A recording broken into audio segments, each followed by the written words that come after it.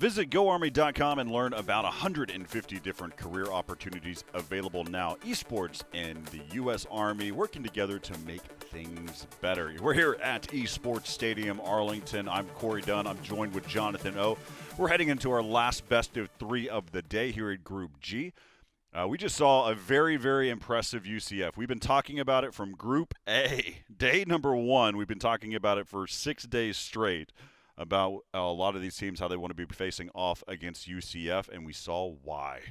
They really want to have that competition. They want that challenge, and very much the same what we saw from Rascal. Rascal made the same statement. He wants to see, be able to compete against some of the top teams. He wants that challenge. He doesn't want to just be able to work through an easy bracket or anything like that. So that's something that you want to be able to hear from those that are true competitors. But let's take a look at the schedule and where we've been and where we are ending up, and that's MTU versus the University of North Texas. MTU, Michigan Tech University, they won that matchup 16-5. That was on Nuke, so we'll remember that one. And then on the flip side, UCF in dominating fashion. UCF winning over Michigan Tech University, and they will advance into the playoffs. Now, North Texas versus MTU again, but this time it is a best of three. So we'll see which of these teams will advance into the playoffs. We'll find out here shortly enough. Let's go ahead and introduce these teams again. Here's Michigan Tech University. We've seen them every matchup today. So that's one of the caveats to winning your very first match in a or in the three-team group. And so clean slate, Dead-O, Immortalize, Jello, and Hunter. Again, Dead-O and Jello played a very, very, very good Nuke game. And then the second game, we saw pretty across the board a little bit on Michigan Tech against UCF, but UCF really didn't give them a chance to blossom into something more. I want to call out one thing, Corey. So the last time we saw Nuke, it was a 16-4 in favor of Georgia Tech and Pittsburgh. And that was another day where there was only 3 teams in that group. And so Georgia Tech went on to play against VCU, in which they lost, and they were shot down to the loser side, in which they had that rematch against Pittsburgh. And they actually lost that rematch. So there was a very similar result on the first map where it was a skunk on Nuke, 16-4. We've already seen a skunk on Nuke in favor of MTU, 16-5. So I'll be curious to see how this series lines up, as we are yet to see the bans and the maps. So that'll be a big thing there to take note. And we have yet to see the reintroduction of North Texas UNT, the Mean Green Talons. Yeah, you got Diddley Wonkers, Joey Reflect, and Rolshax and Unk. Unk was one of those in the beginning of the on Nuke, was playing pretty damn good, where he was making a lot of really good shots with the AK. We'll see if he can continue with that. But it is a team-based game, so you need all of your teammates to be able to help you out. As John requested, let's see the pick bans and where we fall. Inferno, Train were the first 2 to be banned. That brings into the choice. UNT selected Overpass. Now, surprise! I'm curious if they believe that they're the same caliber as UCF. We'll find out. I don't think we learned a lot from MTU about how they play Overpass. I think we learned a lot about how strong UCF is.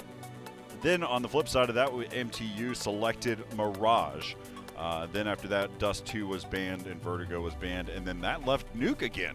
Interesting. The fact that UNT must really not like. Well, I'm looking at the old ban list, and last time UNT did not ban Dust 2, and they ended up banning it as their second ban. That's just unusual. I'm all over the place, not understanding why Nuke ended up as an available map in this series. They banned UNT did ban Inferno last time. They banned Mirage last time. So I'm assuming Michigan Tech is they might know something a little bit more about Michigan Tech, is that might be their map choice. As we are already into the game here in our first map of our best of 3.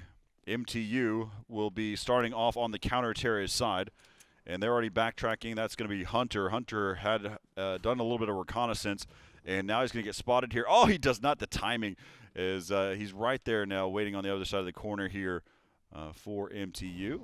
And they've already rotated 4 players. Dead-O is actually right there by Sniper, so he's going to be on a quick rotate. And Hunter's just toying with Hunter. Or sorry, that was Hunk was toying with Hunter there towards Long A. Now the bomb is actually, or the players are starting to head over here towards the B bomb site. I think the final action is going to be A. They're just going to mess with him here towards B first, and then they're going to execute. But be on the lookout. Hunter is flexing his position. He is advanced further, and he's going to get taken down by Rolchaks. And quickly, there it is. UNT is picking up frag after frag there, and now it's down to a 3-on-4. Jello down to 12 HP. The bomb is heading towards the A bomb site, like I mentioned. They look like they were going to be executing there in the end. As the bomb is planted, and clean slate, just wishing he could get another one, and it just not happening as Dilly Wonker takes out 2 so far. And now Jello, the last man standing, he was impacted pretty greatly by Reflect in the B bomb site. So he's going to creep his way here towards the site. See if he can find something here as he enters in, and he's going to miss those shots. He did hit 1, but not enough. Dilly Wonker gets a 3K. To start off the pistol round. So UNT taking the first round. We'll see if they can carry that over. They did as well on Yep. Nuke. They found the first few rounds for themselves, and we'll have to see if they can ride the momentum. So before we start dissecting this a little bit more, I said I was surprised by this map pick. Might have sounded sarcastic, as we've just seen Overpass a lot.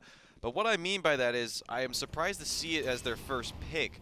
I think UNT definitely saw something with that last match against UCF that they thought they liked their odds against, perhaps, and like the playstyle, I think, or maybe trying to exploit a weakness at that of MTU. But with that point on, we'll have to see how they're able to ride this pistol round. They're stacking now mid as MTU. They're going to bait 1 from Jello. They're going to try to see if Reflect will push any far further. As Immortal finds another pickup for themselves, and as we see the bombs going down the B site, seems like UNC's not wanting to touch that one with a 10-foot pole. They've got a feeling that something's going on, and now there you have it. The players start to disperse. Reflect taking some damage there, and now these MAC-10s are going to do some work against these pistols. They're going to collect some money from them for this round, and that's going to be a clean round from them. And took some damage, and Joey went down, but all these MAC-10s able to wreck in the dollars on the side of UNT, and that is a great start from them.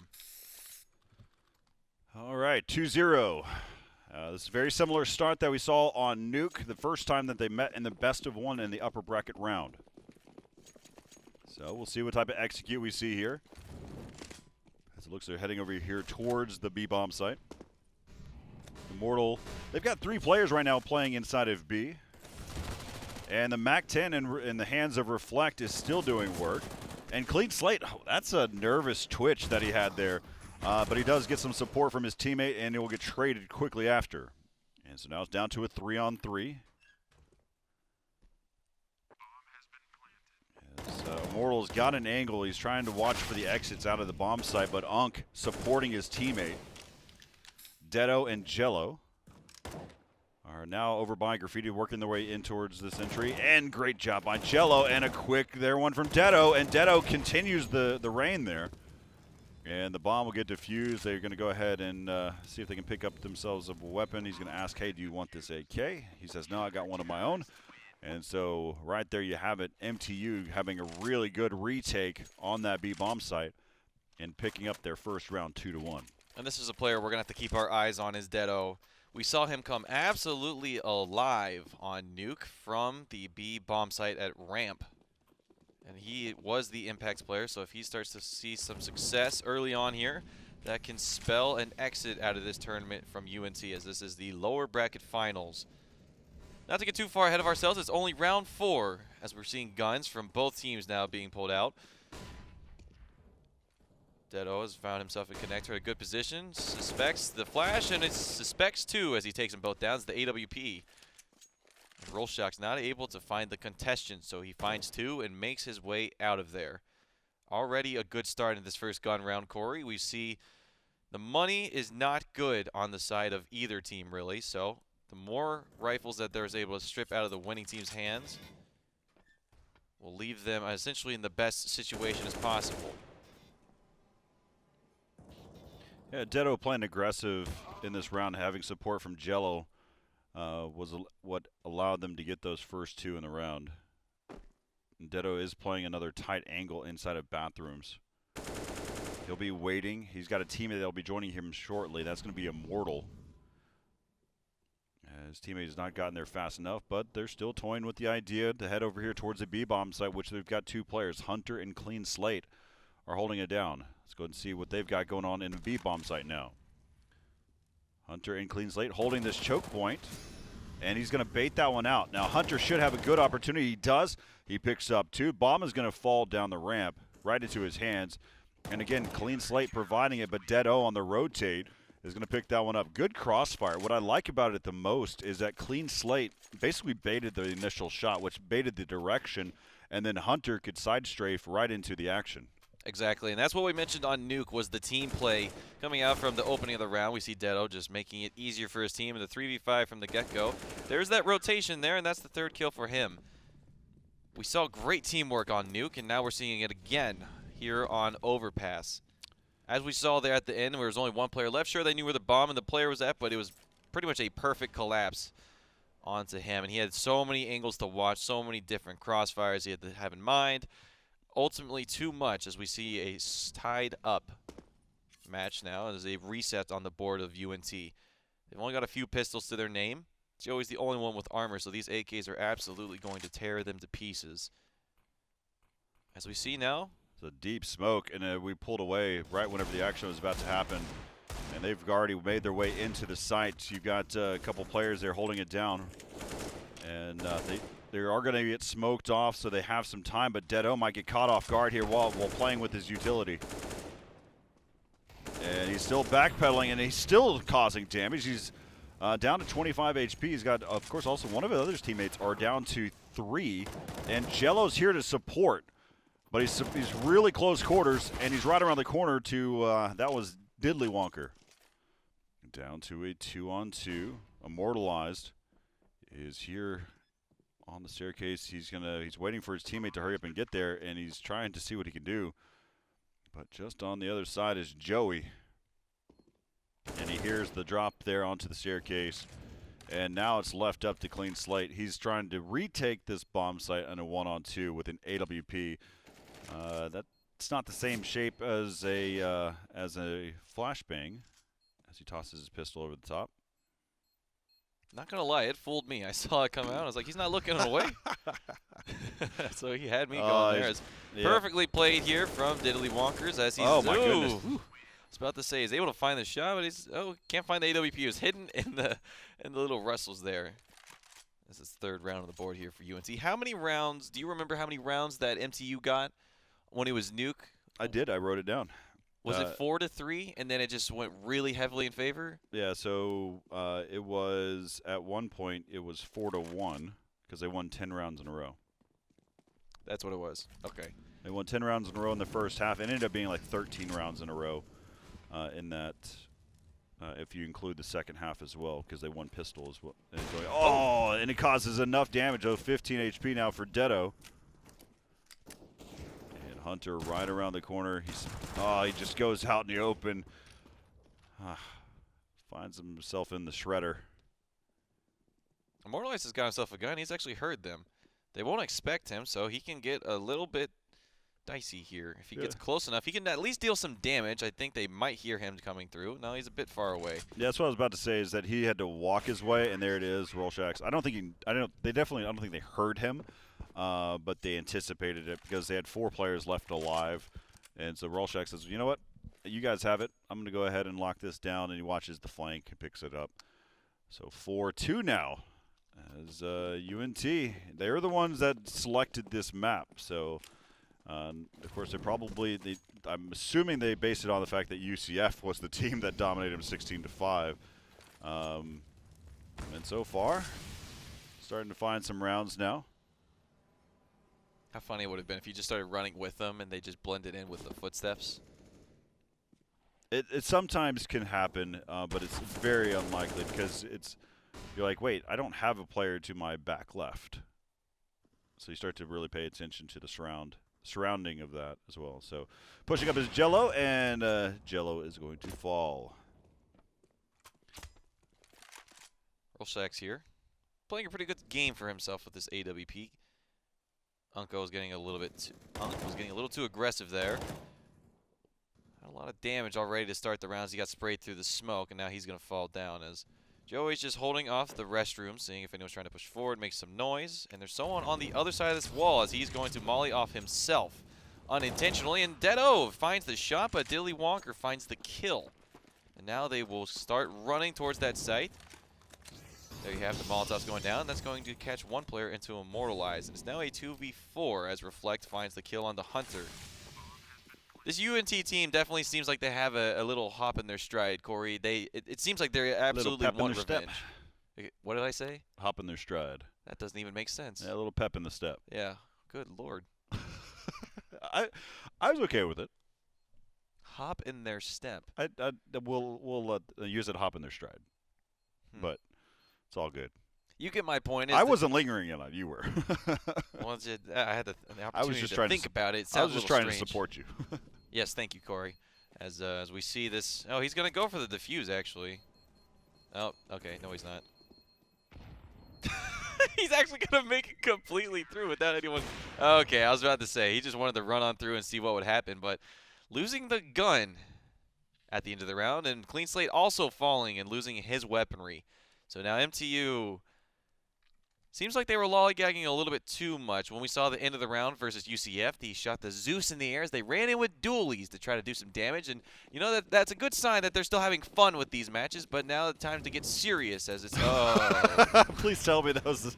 Hey, remember when I said it's time to get serious? Joey. It's hard to get serious after you see that. But regardless, it's a pistol round. Their grenades didn't stack, and ultimately doesn't matter. And UNC will never know. Excuse me. It's either Reflect or Unk, and I'm assuming it's probably Reflect. If it was Reflect, then you would have.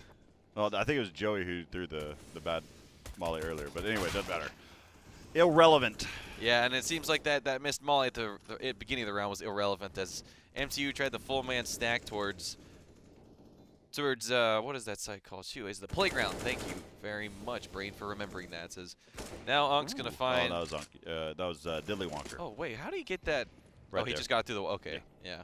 I thought he was from a different site. So now Hunter finding himself in an impossible situation, and it's proven to be as it's getting taken down. It's 6 on the board for UNT. This is one round better than they've already done previously, and that's a timeout coming out on the side of MTU. They're going to get the guns in their hands. I want to see if they try to get the AWP. If they do that, he'll have a glass cannon. So maybe not the most recommended thing to do, but that could absolutely start getting the momentum swinging into their favor as we see an ADR of 14 on the side of Joey, but it doesn't matter because his rest of the team is absolutely picking it up. 141, 102, and 106. Now, Corey, what is something you think they're talking through in this timeout? As we've mentioned, this is a CT-sided map, and I think something to really note is that I feel sometimes they're getting too aggressive. They find one person either get taken really low or getting picked off, and that just essentially is the opening for UNT. As we see a double AWP setup coming out for the T side now. Oh, hey, look at that. I was calling it out, and Jello's got one for himself. Glass cannon style, only with the smoke grenade. All right, so you got Dedo playing close quarters here in Connector. I'm wondering where these ops are located. So you've got Dilly Wonkers who is watching Monster, seeing if he's basically watching the flank, and then Rollshax is heading towards Long. Not going to run into any conflict anytime soon. And right now you also have Joey who's about to run. Oh my goodness. Well, we saw that was the player in. You were kidding me. Oh my gosh, that is hilarious. Oh goodness. I want to see that again. Oh my, that's funny. I would love to see that again. it's just contextually funny. It just sat there. Oh my gosh, okay, the physics or something else. All right, so anyway, I'm gonna come back. I promise. Get it out, Corey. I'll take it from here as Corey gets his giggles out. We see Joey pushing out of the restrooms. He's going to see Immortal on one side as Immortal's poking a little too far. Now, let's see it. Yeah, you're still feeling it, Corey. It's all right. I can take it here for you. Let's see what it continues. Oh, he actually finds the person in clean slate. And Joey, nice turn around. The grenade damage was enough to make an easy pickoff on Immortal as Hunter's got a lot to do on this bomb site as Jello is the last man standing. And he's actually making his way towards the site. He finds one on the Joey, and this is a 1v2 if he strays towards the box. I'm dead now. Foreshadowing. Hopefully not if you're a fan of the mean green here. It was round number 9. Could go into their favor as Joey's found himself. Oh my goodness, he saw the face and he was like, that's not real. That's just a cardboard cutout. But it proves to be real as round number 7 goes on the favor of UNT. Not working out this time. It is for MTU. Maybe it is just overpasses, not their haven. We saw absolutely getting dismantled by UCF, and like you said, that's a different situation, a completely different team. Absolutely came to play. I think you're onto something earlier, though. There's a little bit to it. I mean, as they're going to be running directly into clashing in, Joey gets one, and Hunter he's got his backside turned, and I guess he was hoping that, in case there was a flashbang or something, but he just turned his back completely to the smoke. Smoke is not a wall. And so now, Immortal, they could come from both sides here. Dead O is actually over the door. He's waiting here for any type of exits. They're basically giving up this round. But what I was stating is that I think you're onto something earlier. In the matchup against UCF right here on Overpass, and it was not too long before we started this best-of-3 series, they ran out, they bought dualies, and they had a taser that sounded the alarm. There's this whole moment that happened, and there you go. All of the CTs are also out of that round. They end up not saving their or not doing anything after the fact, after the bomb goes off. But there's something you might be onto something with just the general morale is like, okay, all right, and then if you start losing rounds like you were, like I think at 4-2 they might have started questioning, going, all right, hey, let's come on, let's figure out something, and they're not adjusting well right now. A lot of solo fights. Importantly about those solo fights, Corey, is a lot of lost solo fights, because when we saw that in Nuke, it was a completely different story. UNC couldn't get anything going for themselves because they would just peek corners and instantly fall down to dead O, or there's Clean Slate actually starting the round off.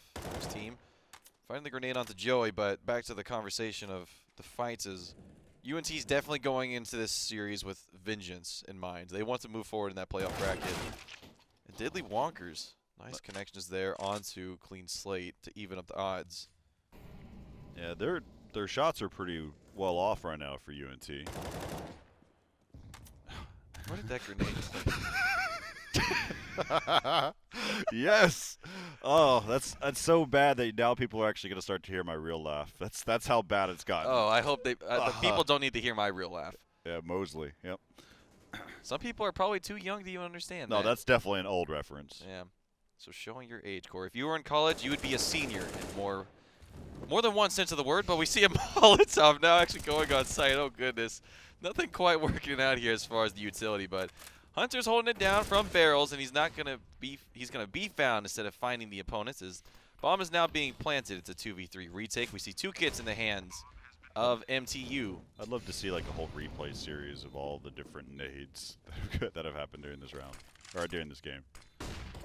That's a good little pop flash, though. That actually good execution of it as Reflect pushes through. But the challenge of that is you're on the defending side of this bomb as it's been planted, and you just gave yourself away out in the open.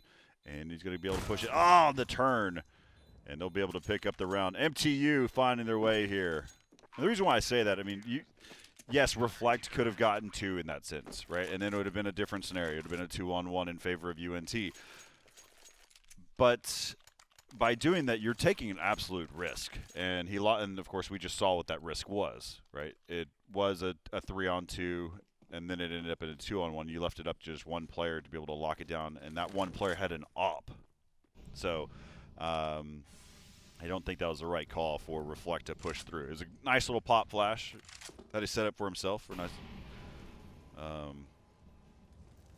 it didn't work out for him. 8-3 now. Jello kicking off this round, taking out Unk. And something we haven't discussed, Corey, is that might be an underlying here. It is an elimination match, so there could be some nerves coming out for both sides here. That's why we're seeing some of the utilities being whiffed, getting a little bit ahead of themselves, getting a little anxious, trying to overthink things. As you know, we've also talked about that topic throughout this whole tournament. As we're seeing now, it's a slow A positioning coming out for MTU. Bomb's still down in playground, so they'll have to go back and find that. They've got 1 minute left on the clock. No rotations coming in yet. We're actually seeing Immortalized. Oh, nice pickup there from Rollshack. Was jumping, trying to get some trying to get some eyeballs, or excuse me, trying to get some vision, and now Dead O being found through the smoke, and Roll Shack, excuse me, is able to find the second on Dead O, even while blinded. So that's going to open up the site. We see 3 people here. Joey revealing his position. Now his teammates coming to support. Immortal's out of the round, and ooh, there's that Hunter. Or excuse me, there's Hunter on the. Oh no, he wasn't able to find the shot at the Roll Shack. Revealing his position, and Gel's coming in. There's a smoke to meet him, and oh my goodness, they're challenging him, but the grenade's going to do it. It is a 1v1, an AWP, in both players' hands. I see if you can bait somebody out. 10 seconds now. You got to pick. This is going to be a weird battle between these 2 offers here.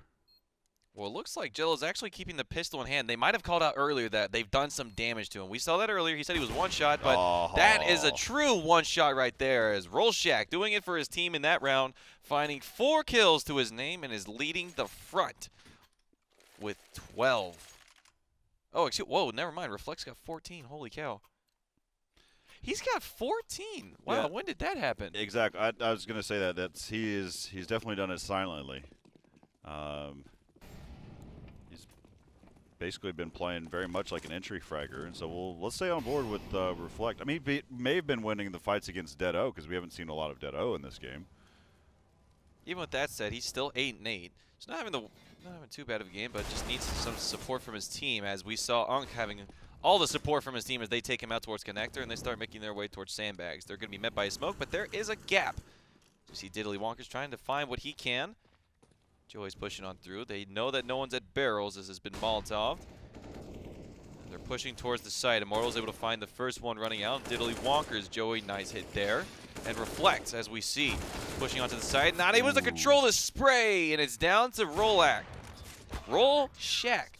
Roll check. Oh, no, it's happening, Corey. Roll checks. It's happening. I even wrote it down in front of me. Roll Shacks. Roll Shacks. 9-4. And so UNT, this will be round number 14. And so still have an op in the hands of Jello. You know, Corey, you mentioned a blooper reel, so to speak, for the utility usage. I think I could have my own blooper reel of we don't not have being enough. able to pronounce names. But yeah, as you, we don't have enough tape. Yep, I was just about to say it before you could. But Roll Shack finding the upper on Jello there, despite Jello. Plural. Roll Shacks. I'm going to change the way I've spelled this out on my paper now. Thank you, Corey. He saw the heads there, was Jello. Didn't pull the trigger because he didn't quite see him, and then saw 2 of them. Got indecisive and taken out for it.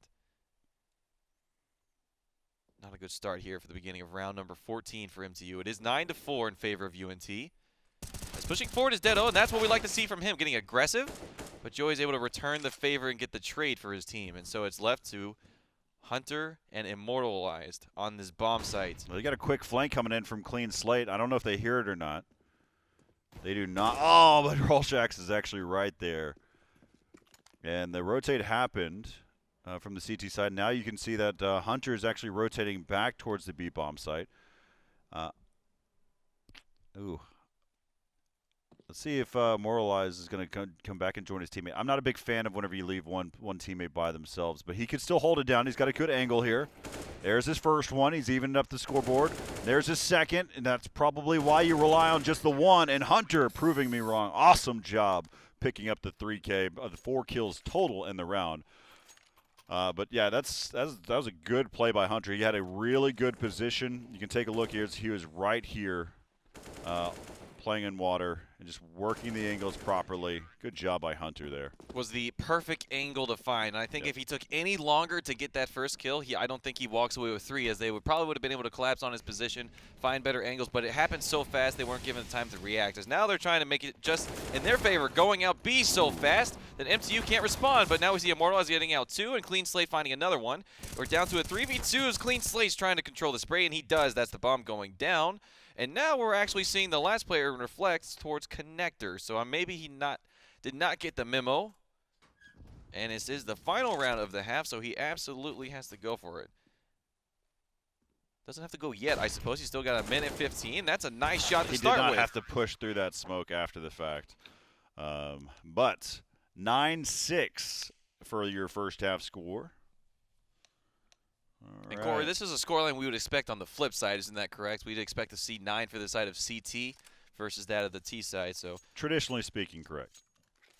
we have seen that to not be true sometimes in this tournament so far, though. We saw Train being very heavily sided on the the CT side the first couple times we went around. Then after that, it seemed like it was almost a T-sided map. As we now make our way through the connector and now on to Joey's perspective, where he's holding down from restrooms. He might find 3 here if they decide to poke out. Yeah, you see one player. Yeah, it's Rolshaks. He's got a couple players to worry about in connector. They haven't had that fight yet. Joey's not sure where he wants to hold right now. Doesn't find anything, so he decides to fall back, and Jello's pushing his way with the bomb towards A long, being accompanied by his teammates. Let's see if he sets up. Okay, line that up there. Look at a cloud just to the right of that leaf before you throw this set. That will then land over there. Oh, yep, there it is. All right, so Joey inside of the site. Oh, man. Clean slate. Moving his way into the bomb site. He has eliminated 2. And Deado's found himself at the bank. And they're starting to push here towards the site. And there's another one. And wow, all 5 players stay alive in this pistol round for MTU. And we'll see how fast this game flips. That's the start. He got the pistol. We saw last time UNT's the one that walked with the pistol round. Able to find 2 rounds before MTU was able to go back with their own 2.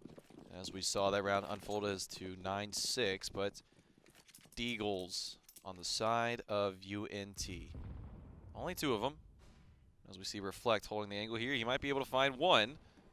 Oh, he's going to let him pass. That's a smart play from him. He's able to pick up 1 and puts his teammate in a position to find the second, but he does not. It's Hunter. He's able to find 3 now as they run on through restrooms. He doesn't check for the player. He's actually just holding towards connector, and that's Rolshaks. I wrote it down. I know how to say it, but Hunter's able to find a quick one on the Diddly Wonkers, and I think Rolshaks is at this point happy to find a gun and is just going to make his way slowly out of sight as the bomb goes down. He's made some noise now. I don't think anyone's in position to hear it. Yes, he's just trying to make his way away from those terrorists and keep this weapon for himself. Now, that's going to spell out round number 8 here on the board for MTU. As Jello is going to start chasing after. He's got full health, immortal, and there it is. All right, 9-8. We'll see. Take a look at the economy for UNT. 45.50 across. You got Reflect down to 2,700 as we take another look here. Here's Hunter. Wow, nice spray control there from Hunter. He's going to poke out from here and find 1 more for himself before being taken down. Nice quick find. He almost had the ace. Potential. And now we see Deagles. We see all 5 of them. We got 3 players heading out here towards Party. And the nades rain in. Diddly Wonkers has to backtrack, but he only took 13 damage, though. Just as they suspected, 2 players holding towards the restroom, and that's the smoke going down as they're pushing towards A long. With 1 player still coming through spawn, and that's Immortalized. Just catching up with his team. We're seeing Jello, the player in connector. He's fighting about there against Joey. Man. So like, I was curious on that angle of whether or not Hunter could actually see him getting boosted, as you see that, but that pillar was just blocking just barely. And this angle is not going to be beneficial for both of them. And now that smoke, they know they're coming from there, and it works out in their favor. And they're actually going to still hold it despite them knowing, and it's working out greatly for them. Wow. Deado is going to be the guy who cleans it up. Says that's enough of that totem pole and chops it down. I will be corrected then.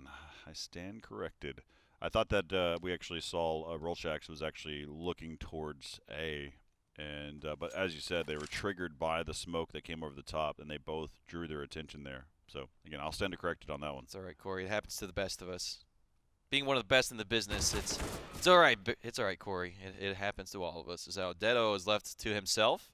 He's going to have to finish this off with the ace, but he's met by the 8K of Joey, and that's going to be guns if they can pick them up. Yes, they're able to get at least 1 8K, so that's got to feel good for UNT. They stopped the bleeding. And they stopped the momentum here for the side of MTU. It's 8-10 in favor of UNT.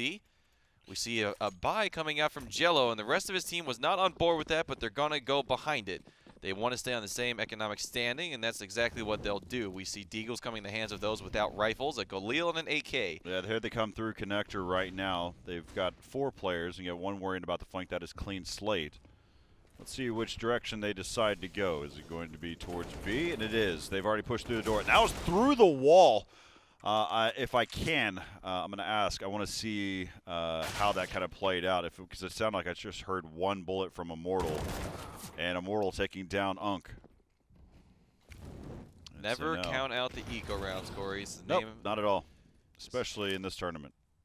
Just a reminder, this isn't eco, so just getting that bomb down's a win in itself. But they're trying to get more than just the bomb. They're going to get the round, and that's 9-10. Crazy. What was a broken economy and a forced broken buy that came out on the side of MTU. Didn't seem like they were on board. And here's that Deagle shot you were asking for, and he's going to look, and he's going to pop. Okay, it was 2 shots. It was 2 shots. Still dirty, nonetheless. So that is round number 9, and I wisely think they're taking a timeout here. MTU's taking a timeout. I think rightfully so. They had a lot of energy going into that round. Not to ice themselves, but just to not get too ahead of themselves, as we saw. Something we were mentioning earlier is when they were getting excited towards the end of last game, running with the Zeus in there, just making sure they're keeping their emotions in check, keeping their composure. As we still, after that round, oh, excuse me, he hasn't bought yet. There we go. So he's got an AK in his hands, is immortalized. There we see on the UNT side, they've got Deagles and utility armor and only 1 kit onto Unk. Yeah, I mean, you can look at it from a different perspective. UNT, they just lost a Deagle Eco, and our turn. And just letting the sting last a little bit longer is another factor. But there's so many different ways to look at it. It could have been, hey, I need to go grab a glass of water as well. I mean, there's so many different scenarios that could be in play. Yeah, it could be, hey, my mom's calling me. Meatloaf. All right, so I can't pause, Mom. So let's see what we've got here. Heading into round number 20. And Rollshax is backing up there, but who is that? Who is down below? That's Joey. Joey's close quarters. He was. Now he's out. As they just find him through the push, and Jello was able to see him on the other side as Reflect trying to defuse this push where they can. And as we saw last time, Corey, we saw them smoke off connector, and they pushed through it a little aggressively, and you even said they didn't need to. And now they're trying to find their way towards Monster, and Unk's going to meet them there. He's going to find 1. That's a great shot. That's at least going to slow him down for the time being. They bump fist, and actually they bump into each other as Reflect knocks him out. That's the trade, and this is a 2v3. They can pick up some guns here, and now you're going for the round now. You're going for the round. Oh, what a shot there from Rollshax, quickly finding the headshot on Dead O, and his clean slate down with what all to do. He's going to find 1, and Rollshax, the guy who found the pick, is going to find the round. So 11th on the board. Man, that one was whizzing by. Yep, can't count out the Deagle Eco. And that's going to be the defuse, 11-9 in favor of UNT. I wish we made a tracker at some point to see how many Deagle rounds have won. Because I feel like at this point, it's like a 50-50, if not better, for Deagle rounds to win. Yeah, it's somewhere in that ballpark, which is astronomical. Just crazy. It just I think it's not necessarily about the Deagle. I mean, Rascal's Deagle, that other game was just nutty, but it's not just about the Deagle. It's the way that they approach the rounds is completely different than the way they've been approaching with actual guns, and so sometimes that shock and all, that, you know, straight to the face, like those types of scenarios is what I think what more we're seeing. And the op, he didn't break the glass, and so he's down to 11 health, and now he's out of this round. And he's going to try to cover, watching over that. But look out, there's actually a player heading here from long, and Rollshack's worrying about that one. He's going to, he does get away, as he's still staying alive inside of the site, waiting for his teammates to be able to join up with him. Rollshack's holding the angle, and there comes Unk and Joey as they pick up these remaining ones here. And now the score is 12-9. John, it's been a crazy tournament, and just in group play alone. And right now, UNT, they're 4 rounds away from taking map 1. Still a long time to go, but the fact that it's even gotten to this point right now is getting a little silly. So we see a lot of action there towards the A side. Ooh, he's trying to run away and wasn't able to get it. Shot in the back of the head, by Hunter as he's found his 21st of this game. As he bonks his own head. Doesn't do it for the second time, but doesn't jump high enough. And he says, you know what, forget it. Third time is not the charm. I'm just going to walk there. These two players on the site. The other player holding from B. Takes out Dead O. Doesn't cause a rotation. He's going to hear him reloading, and he might try to chase after him now. Well, at least he can advance in his position there. So he can help himself out even further. 60 seconds here in the round. If you're UNT, you can't overthink this. Oh, and you did. Yep. And there's the bait. That's enough of a bait. And they will get the bomb planted and put Reflect completely out of position. And that was enough. You've got Immortal who's on a long, he's got the long flank, but the bomb is planted for him for bathrooms. We see just flashbangs for UNT right now. And this is not how you get out of this bomb site. Well, Unker begs to differ as he's fine. One's on the Hunter, and he's got a little bit of a task ahead of himself, and as they both peak at the same time, great teamwork, great synergy as Immortal finds 2 to close out that round number 10. 12-10 in favor of UNT still. The money's broken, however. Oh, my goodness. We haven't seen that since the second day, Corey. Look at that. I'll wait for you to see it. It has been a while, but why? Why do we see it in Negev? I don't know. Let's go and switch over to Unk and see what he's going to do with it. Okay, yep, setting up for the spam. And now they know. I was able to do some damage. Oh, actually, no, that's his teammate. Yeah, sorry, I was looking at the wrong side of the scoreboard there. Hey, it could have done damage to his teammate as Immortal finds Reflect. I was not actually expecting the Deagle to be there. He's able to capitalize on that. And he knows that Joey's going to push. A nice trade there, at least from the teammate. But Rolshak finding Hunter. Unk on the B bomb site by himself. He's got the Negev. Let's see what he can do. He starts up the engine. What a deep wallbang that was from Jello. Well, he paid attention to the game with Austin. Yeah, that was something else. As Rolshax is not really in the position to make it all the way to get the defuse, so this will be round number 11 on the board. The Negev didn't do the job. How much money do you get after getting a kill with a light machine gun? I don't know. Okay, I'm gonna just assume that it's 300. Well, that's the proper. It's the proper assumption, but it may not be correct. I don't remember how much money he had at the end of the round. I think he had 100. So either way, I don't think that'll make too much of an impact, as we might not see that gun for the rest of the tournament. We've only seen it twice so far. That's the third time we've ever seen it, period. I'm surprised I still remember that, but I just remember it coming out and being so surprised. And I believe that was Oklahoma State on Vertigo. Which that's not too surprising. Yeah, that matchup ended up 16-0, not in their favor, unfortunately, as they've met their exit in the tournament on day number 2. Here we are on day number 7, as Joey and Rolshak just wave goodbye to each other as they break away. And Joey runs to the B bomb site, and he makes his way towards restrooms as Rolshak's. AWP coming out for clean slate here.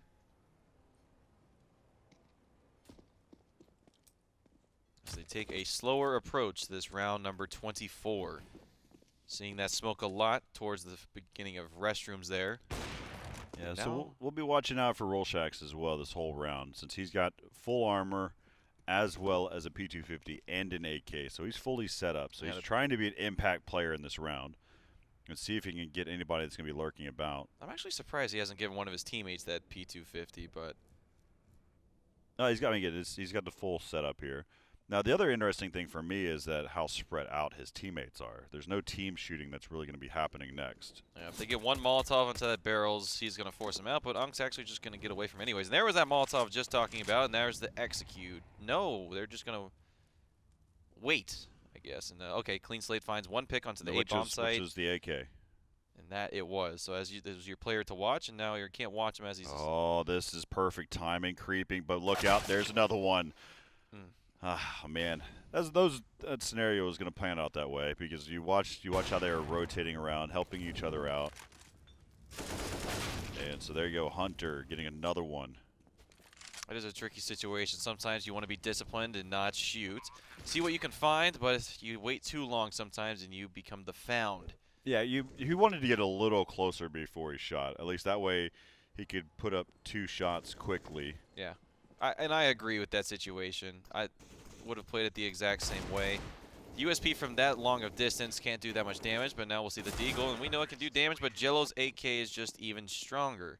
Now we see a tied game. We haven't seen this since it was 2-2, Corey. It's been 20 rounds since then.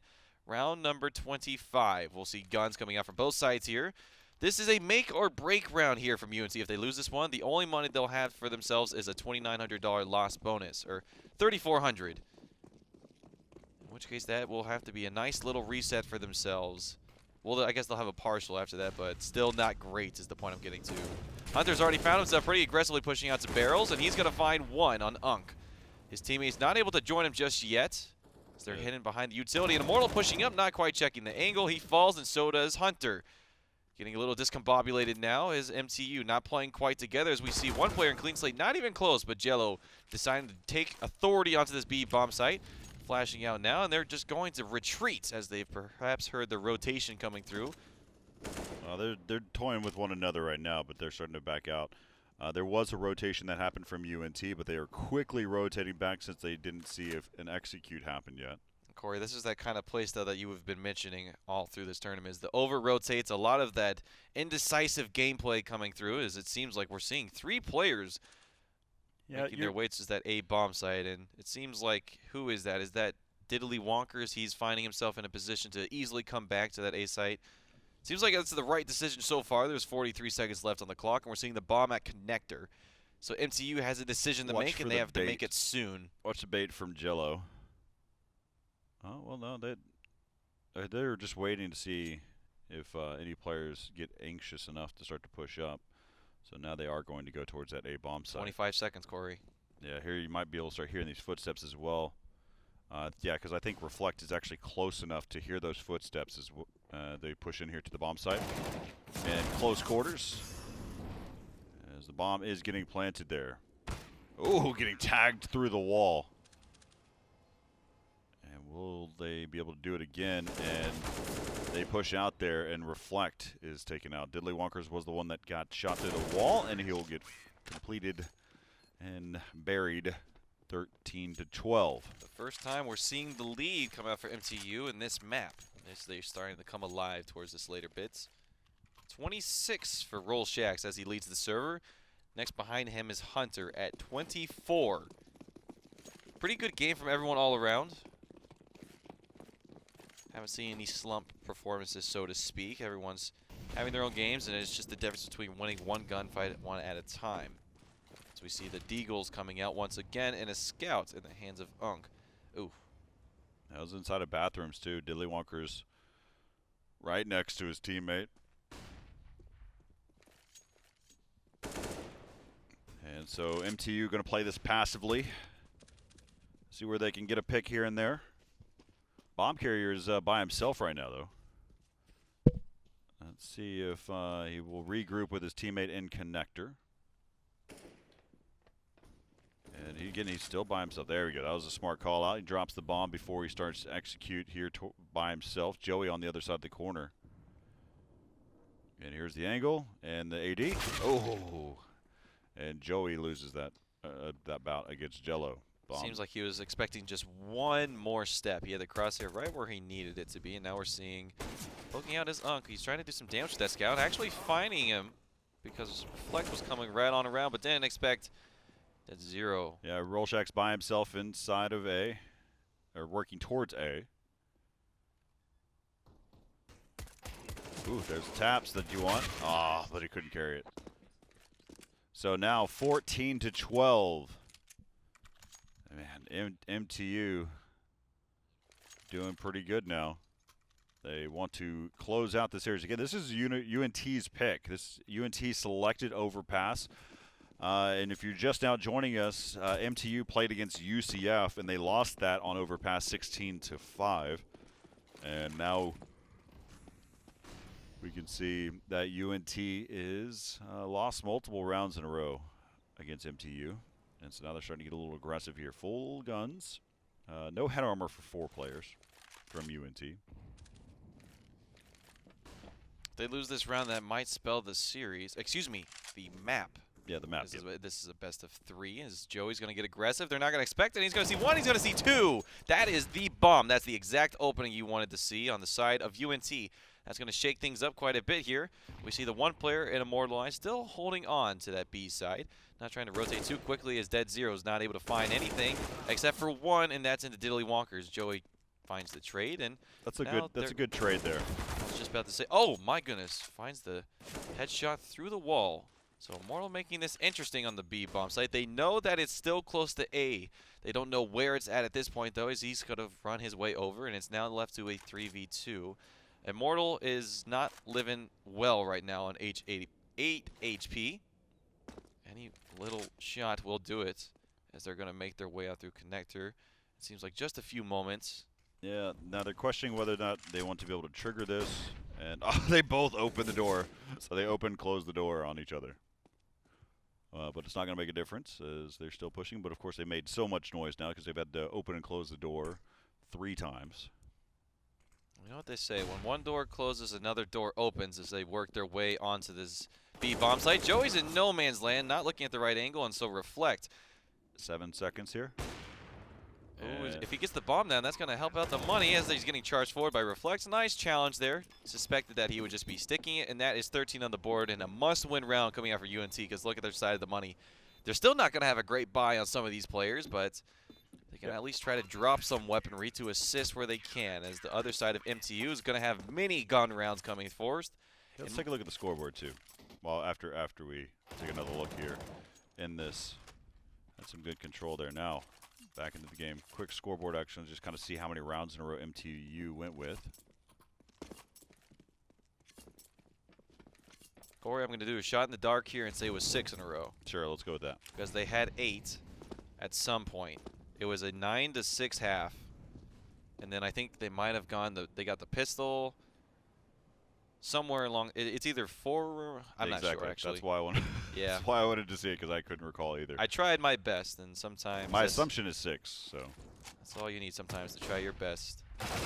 Well, no, yeah, I think it was somewhere in there. So, but MTU still fighting.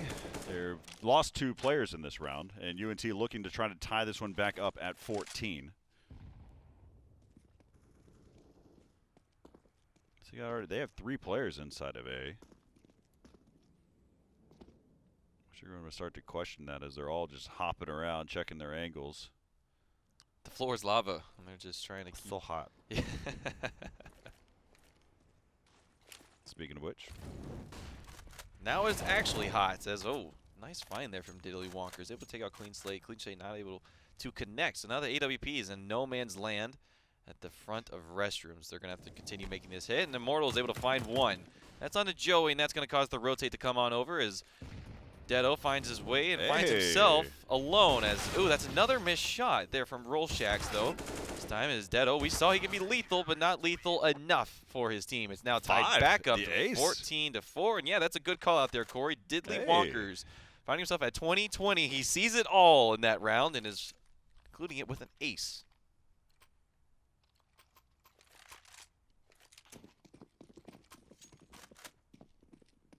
All right. So UNT finding their way. They brought it all the way back again as they're tied up at 14. Whoever wins this round is heavily inclined to win round number 6, the round number 30, as the money is broken for both sides, and it's going in favor. I was just about to say it's going in favor of 1, but now they don't need to push forward, and they decide to do so. Joey taking out Jello. The bomb is in their hands, so they can hightail it on out of there. As lots of action is happening, and somehow just a bunch of fights through smokes and what have you. Deado finds another one. Now Reflect doesn't need to challenge here. Does not need to challenge Sandbags. You see a quick peek there. Not sure where that Molotov was supposed to go. It looks like it was supposed to make it towards Sandbags and just didn't quite make it, as now the utility's coming out, and Reflect challenging now. He heard the smoke pull and decides to pull the trigger. Oh, that nade. 1 minute Clean Slate was there, and the next he was gone. But now, there's Roll Shacks. And they're at map point. Just like that, UNT is now sitting at map point as we take another look there. 5 rounds. Yep, so it's 5 rounds in a row. No, on the flip side here, you can see how they're all laid up. And so we've got Galils coming across the board, except for 1 AK for clean slate. And this is all out coming towards the B-bomb site. That smoke is going to do nothing, as now they're going to be already here inside the site. Now they've got a big conflict ahead of them as they push right on through, and just like that, UNT is already down to 2 players left. Oh, and they got the pick through the floor, and Dead-O goes down, and that's what you want to have happen going into these latter parts of the round. You need to even things back up. And Diddley Wonkers is able to check his corners there. And there's another one. Hunter decides to peek out in the open to challenge the Opper, who is absolutely going to be watching over the bomb site. You got 1 kit in the hands of Rawlshax, and they're both playing sandbags. I like this idea, boosting over the top, see if they can get a peek there. Anybody spots him. Headshot from Rawlshax. And the cover fire is coming in, and it's going to be Diddley Wonker. And UNT takes this round, and they take the map just like that. That should have been MTU's ground as they forced their way inside of the bomb site, and then immediately after that, you saw Rawlshax shot through the floor. Then after that, he waited for the bomb planter to get away from the site, and Hunter decided to challenge it, and then you saw another op shot coming in. They tried to boost over the top, trying to get a little cheeky, and there you heard it again, Rawlshax taking another one and picking up the round 16-14 in favor of UNT over MTU. Wow, what a game there. We still have not seen overtime. I thought we were going to see it there as the 2v4 retake, and as you mentioned it, that opening up with that first op shot there, getting the bomb and getting him through the floor was absolutely the difference maker. I don't think they necessarily needed to go for that boost, and like you said, it was a little cheeky, so they maybe gotten a little bit in their own minds of we got to do something.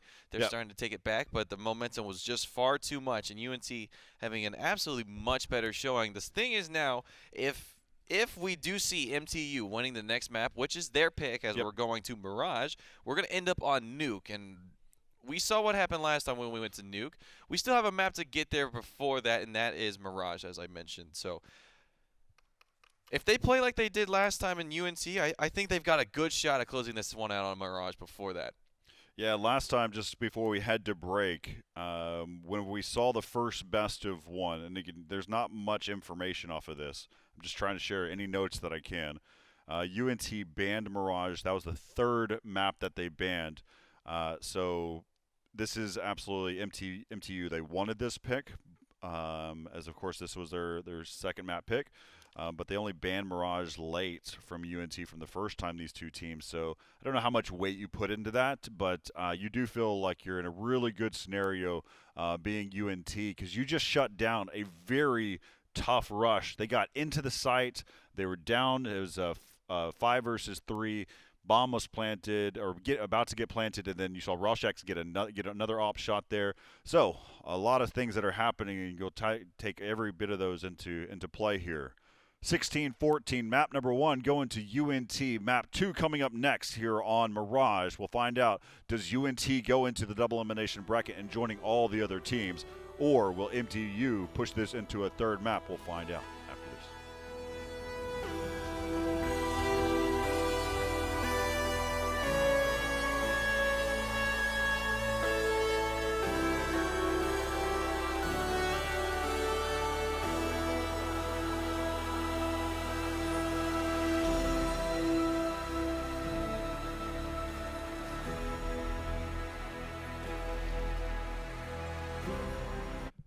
Learn more about Army careers in science, technology, engineering, and math at GoArmy.com. More than 150 soldier possibilities ready and waiting. We're here at the Esports Stadium, Arlington. We're in Group G. We're down to the final best-of-3 matchup, determining who's going to be the 2nd team to get into the playoff bracket here out of this group. For those that were I've kind of been watching Twitch chat as well, this event was supposed to be happening right behind me, and it was last weekend, not this weekend, but last weekend was when we were actually supposed to be hosting the tournament, where we had 16 teams, all confirmed. They had Airbnbs, they had hotels, they had gotten acknowledgement from their colleges and everything saying that they're going to be here, and then COVID-19 came into play. And so of course, we shifted gears as we were supposed to be able to ensure that we still hosted this tournament. We partnered with NACCS to make all things possible as well. And of course, we've also maintained and communicated with the City of Arlington to maintain our social distancing. So we've all got our masks. If you go back into our production control room as well, you'll also see our entire staff doing the same thing and keeping their distances just like we are doing here as well. So we were hopeful that we'd have the tournament. Of course, as things kind of progressed and got to where they were, we made those adjustments as it made sense. With that said, though, John, we are going to do this again in the fall, but we are going to have teams actually play here in the venue as well. So we look forward to that moment. But let's go ahead and take a look. We're here on Mirage, map number 2. UNT leads 16-14 over MTU, and we kick off the pistol round as Rolshax has got mid, as he's seen if he can have some control, but the bomb is heading over here towards the B bomb site. Actually, I checked that, I apologize. They're going through underpass towards the A bomb site. You've got one player in Palace, you've got one player that's in mid that's just providing some coverage before they get here through the connector. And Rolshax is still going to be holding this position. But, he turns towards the player in Palace, and he picks up one. Now they're going to start to be able to push here towards the A-bomb site. And Joey, who's inside of the site, he's going to get dropped by Clean Slate. And, back and forth we go. And Unk is watching the rotate. It's going to be easy for him. He peeks out wide. He had a better position from where he was at before. And the bomb is dropped there inside of CT spawn. They're going to go ahead and regroup here and see if they can be able to pick up the bomb there. Not challenged, but they do know that the B bomb site is open. And so now Diddley Walker is going to rotate back around. Oh, man, I wished we would have seen Unk hold his angle because he had a better angle where he was. And he had the bomb that could have changed this round. But MTU had a really solid pistol strat, but it's been brought back here to this point. And they're both inside of ladder room, so they're going to team shoot as best as possible. He does have a kid. Diddley Wonkers, as he's taking his time. He has to make a move. He has to pull them out now. They're going to boost over the top. I like this boost here as well. You're going to see him peek wide, and they're going to be right over the top, and he's going to just go ahead and check out and see his skin while he was trying for the defuse and just hoping that neither one of them can take him out. But MTU, with the opening pistol strat, will pick up the first round. And this is their map pick, so I expect them to feel a little bit more comfortable onto this side than that of Overpass. With that said, they took it all the way to the distance, 16-14 for those who didn't catch it. As you see, UNT 1-0 in this series, as this is an elimination match. Loser of this will go home, with the winner advancing into the playoffs, as we see 2 players pushing pretty far forward, and actually there's 4 players there. They did not expect that, but Hunter is able to find 1, find 2 as the Scout picks him up. And now that's not all too bad. They're just trying to get these rifles out of the hands, Corey. As we've always said, that's the name of the game in round number 2 after you lose the pistol. Do damage as much as you can. You still have, 3 players are only alive here for MTU. Joey's like, where the heck are these rifles? I know they were shooting at us then. There's one. He's going to find the AK. He's going to pick that up. In the meantime, the bomb went down at the B bomb site. Yeah, no contention from the side of UNT. Not wanting to touch that one. They're wanting to just walk away with these rifles where they can. And they did a good amount of damage. Obviously, the bomb going down in the first round for MTU is a win. Getting the bomb site and the round is extra money in their pockets, and now getting a bomb plant and the win again is going to get them in a comfortable spot. Obviously, you don't want to lose any of those rifles, and so only losing 2 isn't all the end of the world is the point that I'm getting at. As we see the second round completing here. And UNT, let's see how they decide to invest into this round. Let's see, we got 2 scouts here, 3 scouts now. Well, it was a thrown over scout. Just happened so fast it looked like 3 scouts. I was just about to say 3. It didn't refresh fast enough. Yeah, you're absolutely right. So they swapped. So there's the first scout shot by Joey. And Diddley Walker finds, yes, he does, through the wall. And he backtracks, retreats to his teammates. They're going to be able to provide some support, but they're still held over here towards A ramp. Immortal pushing up with Clean Slate, and they're, great job as they're trying to even this back up. And Rolshax drops down into Sandwich and finds himself 2. And now the score is 2-1. If this series is anything like, or excuse me, if this map is anything like what that round just was, this is going to be an absolute boxing match of a round here. For both of these teams is UNC just kind of forcing their way forward. We saw Diddley Wonkers finding those first 2 picks, which opened it up and called for the rotations over to the A side. Now we see the Deagles in return. The illegal Deagles, because we've seen some just damage caused by these Deagles. It doesn't matter what team is playing. Reflect, he had advanced so far onto Catwalk. Yeah, the second he heard that shot, just peeking out wisely and cleanly removing Jello out of this round. Nice find there from Unk as well. So no success from these Deagles this time, as that's now the bomb, and that should be the round. But more, oh man, that is difficult to control. Is the Deagle as much as we've seen? Oh. Now I know how you feel, Corey. Is you get in the middle of something, and then you just see a grenade bounce off the wall like that. It's kind of hard to regroup after that, as UNC has regrouped themselves after losing the pistol. 2-2 on the board for them. And this is going to be the first complete gun round we're seeing from both sides. Actually, not quite as we see Galil's, but it's still rifles anyways. I'm allowed to say this, okay? I'm a UNT alum. Okay, I'll plug my ears. So UNT stands for is Ugly Nades Thrown. I think I can say that because I'm an old alumni. Yes, everyone, he is a father. He's allowed to do it. He has the father jokes, yes. Yes, yes.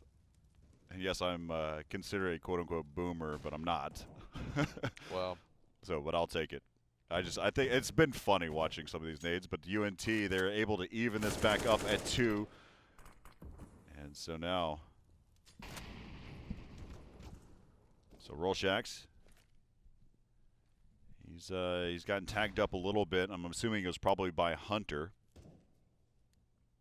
And creeping through the apartments is going to be Dedo. Dedo's going to fight off with Unk in the apartments, but he's actually going to fall back now. So that was one possible interaction we may have seen. Right now you got Reflect, who's up in the ladder room. He's watching the angle down below, seeing if any player gets boosted up. They're giving it up completely. And Rolshax has got a flash out. He's going to support Diddley Wonkers here as needed. But here comes the action coming up towards A ramp now. This is going to be a 3-2 split coming towards the site, and Diddley Wonkers is holding it down. He is able to take down one. They've made one player. 2 players have made it 2 sandwich. Smoke over the top. He gave away his position, and Rolshax is just going to work as he's, clean slate as, oh man, just like that. Great hold coming in from UNT. Diddley Wonkers was right there holding down Connector. There was a smoke grenade that was down at the base of it, which made it easier for him to pick up the frags as they decided to push through. And then they came up catwalk, or sorry, I apologize, came up A ramp, and Rolshax rotated and was able to pick them up in sandwich. So they dropped right into their own trap, and now we see them pushing here towards the B bomb site, possibly going through underpass, as they are waiting for their teammates. P250s and 2 Deagles, no body armor, nothing here. That nade is deep enough to be able to catch Dead down to 62 HP. And let's see if Unk can have a field day here. As he sprays and prays, he does pick up 3. And Reflect says, is it something like this? Yep, that's how you join the UNT crew.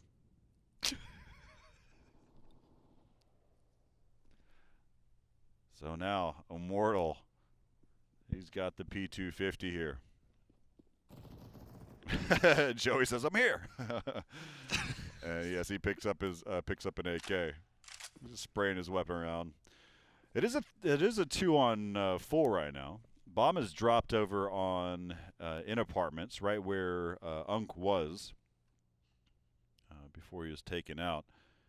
And creeping up is going to be Clean Slate. He gets spotted, not tagged up yet. Again, Rolshax, this is a tough angle to play, and he does. He scopes in. You see Rolshax actually took damage before he was taken out, but Reflect jumps up on top of the white van, and now the score is 4-2. 4 rounds in a row for UNT. That it is, Corey. I was gonna wonder when you were gonna stop talking. You took it for 2 rounds there. That was impressive. You are absolutely a professional at this, Corey. You know that? Yeah, I just wanted to showcase what's possible. I'm going to just take that for what it is. Not think too much about that as we see Hunter now pushing forward. He's getting ahead of the Molotov, and he's actually going to find one pick. That's not going to cause... Actually, that does cause one rotation, as it is Rolshax, and he says, never mind, I'm just going to stay in window, and that's exactly what he does. As Hunter smokes off that Molotov, still trying to make some noise, and oh no, Joey finds the rotation. No one was watching his back, and now they'll know that is absolutely not a B hit. Yeah, so you got to have a little bit of support here. Rolshax is right there. He's watching window. Now you see here's the smokes and flashes coming over here towards A, so he's going to support from jungle right now, but I believe he's smoked off. Diddlywonker's giving up his left side, and the bomb carrier, he just says, here it is, take it. It's a present. And so that was through the box. Can he do it again? Take two. How about three? Oh, it does cause some damage that time. No, actually, I apologize. That was actually Clean Slate was already hurt, and he was up in Palace. That was a quick glance. And Clean Slate is down to 10 HP, one-on-one, up on top, and Joey finishes the job. And he's going to go look around for some weapons, as he doesn't want to jump off the staircase there. He says, I think Rolshax said, you know what, I'm going to have enough money. I'll buy myself an op, keep the AK in hand. That's a better call out for it. So sometimes, you know, you don't just see there and have to buy certain weapons, because the CTs can buy an op if they want to. As he's going to keep that AK. Rolshax has been bought an M4. There's another teammate that had tons of money and bought him, and so that's how that whole situation broke down. Now the bomb carrier is going to probably head here towards underpass. He does. Joining with his teammate. You got one player on A ramp, but already advanced. Joey's pushed way up. He's checking up on top of the top side of there, and oh goodness, Reflect getting traded, and Rolshax is getting a little too comfortable as he peeks there with the AWP, and Unk has advanced. See whether or not he's going to be teaching some cooking lessons inside a kitchen or not. Nope, he's going to back out. He's going to let MTU do their own cooking. Oh, he sees his shoulder. It's a little wide, a little thick. And so now the bomb is actually going to fall back. They made the right assumption that UNT would over-rotate. The only difference is that there's going to be no immediate action, and the bomb's going to take a while to get over there towards the A bomb site, but that does take UNT out of position. And so now Diddlywonkers is starting to rotate back. There's one inside of mid, and Diddlywonker's trying to get that one inside of Palace as Jello is down to 37 HP. Bomb still hasn't gone down yet, as we see Dedo is planting it now. 35 seconds on the clock before they do so, and Joey and Diddlywonker's finding themselves in a position in which they just want to save these rifles. They tried to save that AK last time, and they did. To your point being, saving the AK over the AWP, because they cannot buy an AK on that side for them. Yep. Not Valorant, where you can just buy the whichever gun you'd like. That is a good assessment there, John. Thanks, Corey. I decided that after not talking for the last like 4 rounds, I decided to drop some intelligence where I could. Of course, not able to live up to your puns. That was the kitchen one. That was pretty solid. As we're seeing, Diddlywonker's might find some action here at the end of round 8. He does not. So here's that opening up from Jello. We see him take 1, and we see him take 2. That gives them control over window, and there's how you saw him shooting through the kitchen and finding the 3rd player for himself and finding the 3rd round on the board. As it's 5-8 in favor of UNT. They've still got plenty of money to work through. It's going to be difficult for MTU to break that bank. They're going to have to do it through multiple rounds. Because on top of that, the loss bonus will start accruing if they're not able to do it. Or if they are able to do it, they're going to have to be battling that behind it. So here we see 3 players over to that B apartments. Unk, you're, yeah. I was about to say, he's going to need some bullets if they start running out at him. As he has 8 left in the clip as Diddlywonkers finds Jello towards Connector. Yeah, Reflect wasn't even there to be able to support him in case he had to reload. But then Hunter says, I'll just give you my side. And he does that. So, and then Unk having to reload again. He needs an extended mag. Goodness. So, bombs planted inside of the B-bomb site. Diddlywonkers and Joey here for UNT on this retake. And Joey taps away. So looking for another tap. He gets spotted in the window by Immortal. And Dilly Wonker says, I'm going to try to retake this bomb site with an op. And he's going to scope in again, which will give away his position. All right, good. Oh, there's the footstep. That's going to finish this round here. Yeah. A little hard to retake with an op. Not impossible, just not easy.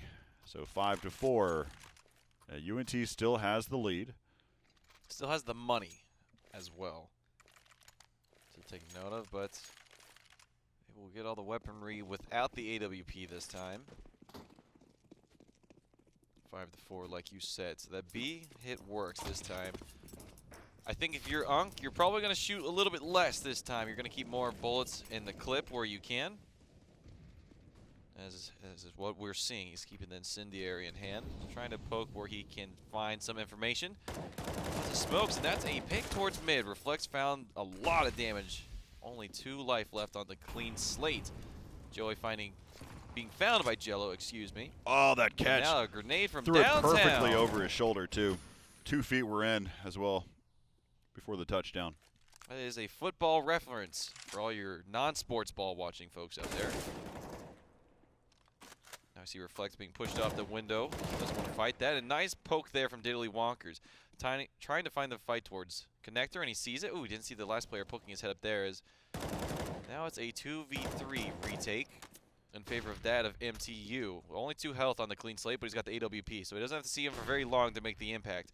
He's holding towards A ramp, and these players decide that they have no part in this round, and they've got no stake in it. It is going to be 5-5 in favor of MTU as they pick up an AK on their way out, and Clean Slate's going to make sure he gets as far away as possible. He's only got 2 life, so as little as dust goes his way, too much, he will fall. It seems like Hunter's trying to get a little bit close here. And there's that bomb site. We don't see it exploding. We do see the round concluding. It did. It was gone. It was just such a. It's magnificent. It was such a. It was the best explosion. I'm told it's the biggest one we've ever seen. But round number 11. The biggest. It's huge. Huge. Now we're seeing the AK and M4 in the hands of Reflect and Joey, respectively. Smoke towards Connector. There it is, landing. That one coming up from Deado. And Rolshak's not having any part of that. He just wants to get inside and see what he can find. Perhaps not expecting him to be in this position, as Hunter's going to be the first one to leading the front. This is hopeful here. Hey, it's not hopeful enough, though, as his feet get absolutely blistered by the AK. And Jello on the flip side, finding a pick. And now he's going to run to the rifle, and there it goes. That's the M4. Plummeting to the ground as Hunter finds a quick flick, and that opens up the sight. But Joey not being contested here. He's got the P250. Does a little bit of damage. Does a little song and dance, but that's going to be the bomb site for MTU. Now we see a super wide flank coming here from Unk. Yep. It's the sound you make when you get hit in the back of the head, Corey. Oh, okay. I'll go with that. I said that because I was saying UNK and I corrected myself and I said it and I unintentionally pushed my head forward, and that's the only thing I could think about. I'm sure you all asked for that, so you're welcome. Thanks for the play-by-play. You are very welcome, Corey. It's the best thing I got. Remember, I've got a business degree, so that's what I'm best at is talking, because I didn't learn anything else. I see you smiling. I know you wanted to say something, so I had to beat you to it. He sees one player and, ooh, clicks a little too soon, but one bullet finds its way to the dome of Hunter. That's a win. You'll take it. You'll get the rifles out of the hands. Yes, they have a lot of money, but hey. I like that play by Clean Slate. He Slate. tried to get a gun, yeah. I like that play. Just knowing, being aware of the round and where it's at, knowing his position, immediately hopping into position there as well, and then boom. I like that. Trying to get himself a gun. I do agree with that. He only lost to 5-7 in the meantime. I don't remember if he had armor or not. Well, no, it's not about what he had. It's what he was trying to get. Right, and that's why I'm saying I agree. It was a very low investment. Whether he walked, the reward was much bigger than the risk. Yep. So I absolutely agree with you on that. So that spells out round number 6 here for MTU. Round number 12 will be full gun rounds we see for both sides. Clean slate with the AWP being opposed by Rolshaks. Rolshak's holding onto that A site. He's looking down A. Yeah, probably ramp. in the Palace area is probably where he's paying attention to. Now he's going to backtrack and watch. Well, no, we see Joey in Palace. He just jumped out of he Palace. Okay, so probably catching just a glimpse of it. Usually you see some angles there. Let's see. Just taking their time right now. Oof. And Dedo taking a little bit too much time on that shot. He had the opening on Rolshak, but Rolshak getting on out of there. And Diddley Wonker's able to support. Oh, two quick openings on the B bomb site. That's the one in Market, and that's one by the truck, and that is going to give them the site. Now if you're UNC here, the bomb hasn't gone down, and you have one kid on the Rolshaks. You don't have money. I think you just pretty much call for the save here. Here's the interesting part. MTU, their money's looking pretty sharp. We've got 3 more rounds after this for the half. Do you hunt down these guns? You can. It absolutely make an impact. So we'll see here. And he misses the op shot. Now they're going to chase down Rolshaks. And Rolshaks needs to group up with his team. Does pick up one on Catwalk. Another one over there towards Jungle as he's trying to run away. Now you're going to see some gunfire, some support from his teammates. But look at Dedo is already making his way towards T-spawn. He's there. He's going to see 2 of them, and they are not checking for him there. He's going to find one. The no-scope doesn't come through, and that is absolutely excruciating on the side of UNC. They went for the early save, and that is a long bomb timer as they walk away with nothing. Yeah, they kept running away from position to position. I mean, we were on board with Rolshaks the whole way. I mean, we saw how far he was running away. And the key problem to that scenario is that he was the one that alerted where they were located at for MTU. Okay, but we're going to be watching out. There's actually a push up here from the underpass, and it may actually make – Rolshak, don't you? Oh, you had a chance. You had a chance. And they actually have completely given up the B-bomb site too. And Jello has advanced pretty far. He actually pushed through the smoke, and Joey didn't see it. Jello and Joey, those have been 2 that have been constantly fighting one another. It seems like Jello's coming on top of that mostly, and now it seems like Clean Slate's going to find the opening, but oh my goodness, spraying through the cardboard is going to be enough. And now Unk had 2 kills on the site, which was an open site, and Immortal's just trying to make sense of all this nonsense Bomb's of what's happened. Oh, that's a huge amount of intel right there. As he can hold this angle. Now Diddley Wonker is going to be creeping around, but there's also going to be a flank to flank. They're all chasing after one another. You're going to see Diddley Wonker come up here on the tee here as oh, no, Immortal. He's not. He's going to hold the angle, and it's going to be up to Immortal now to see if he gets hit or not. Oh, my goodness. This timing is going to be excruciating. All right, you can hear the footsteps there. He's going to change his angle. Oh, no. That is but absolutely you still have one player in a really good position. Pop flash over the top off the van. And there's the smoke. He's going to shoot here, and just barely misses a shot, and that's going to give up the round here. I doubt he's going to attempt to challenge it now. Immortalized.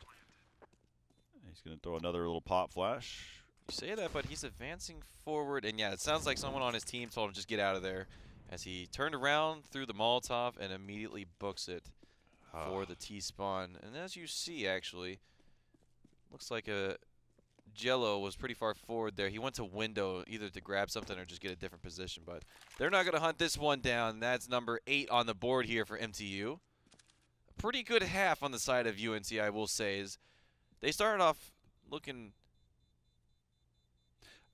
strong in the last map. Oh, sorry, that was what I was going to say. And trying to carry some of that momentum over here. Yes, the way that Diddley Walker's played that position, it was proper.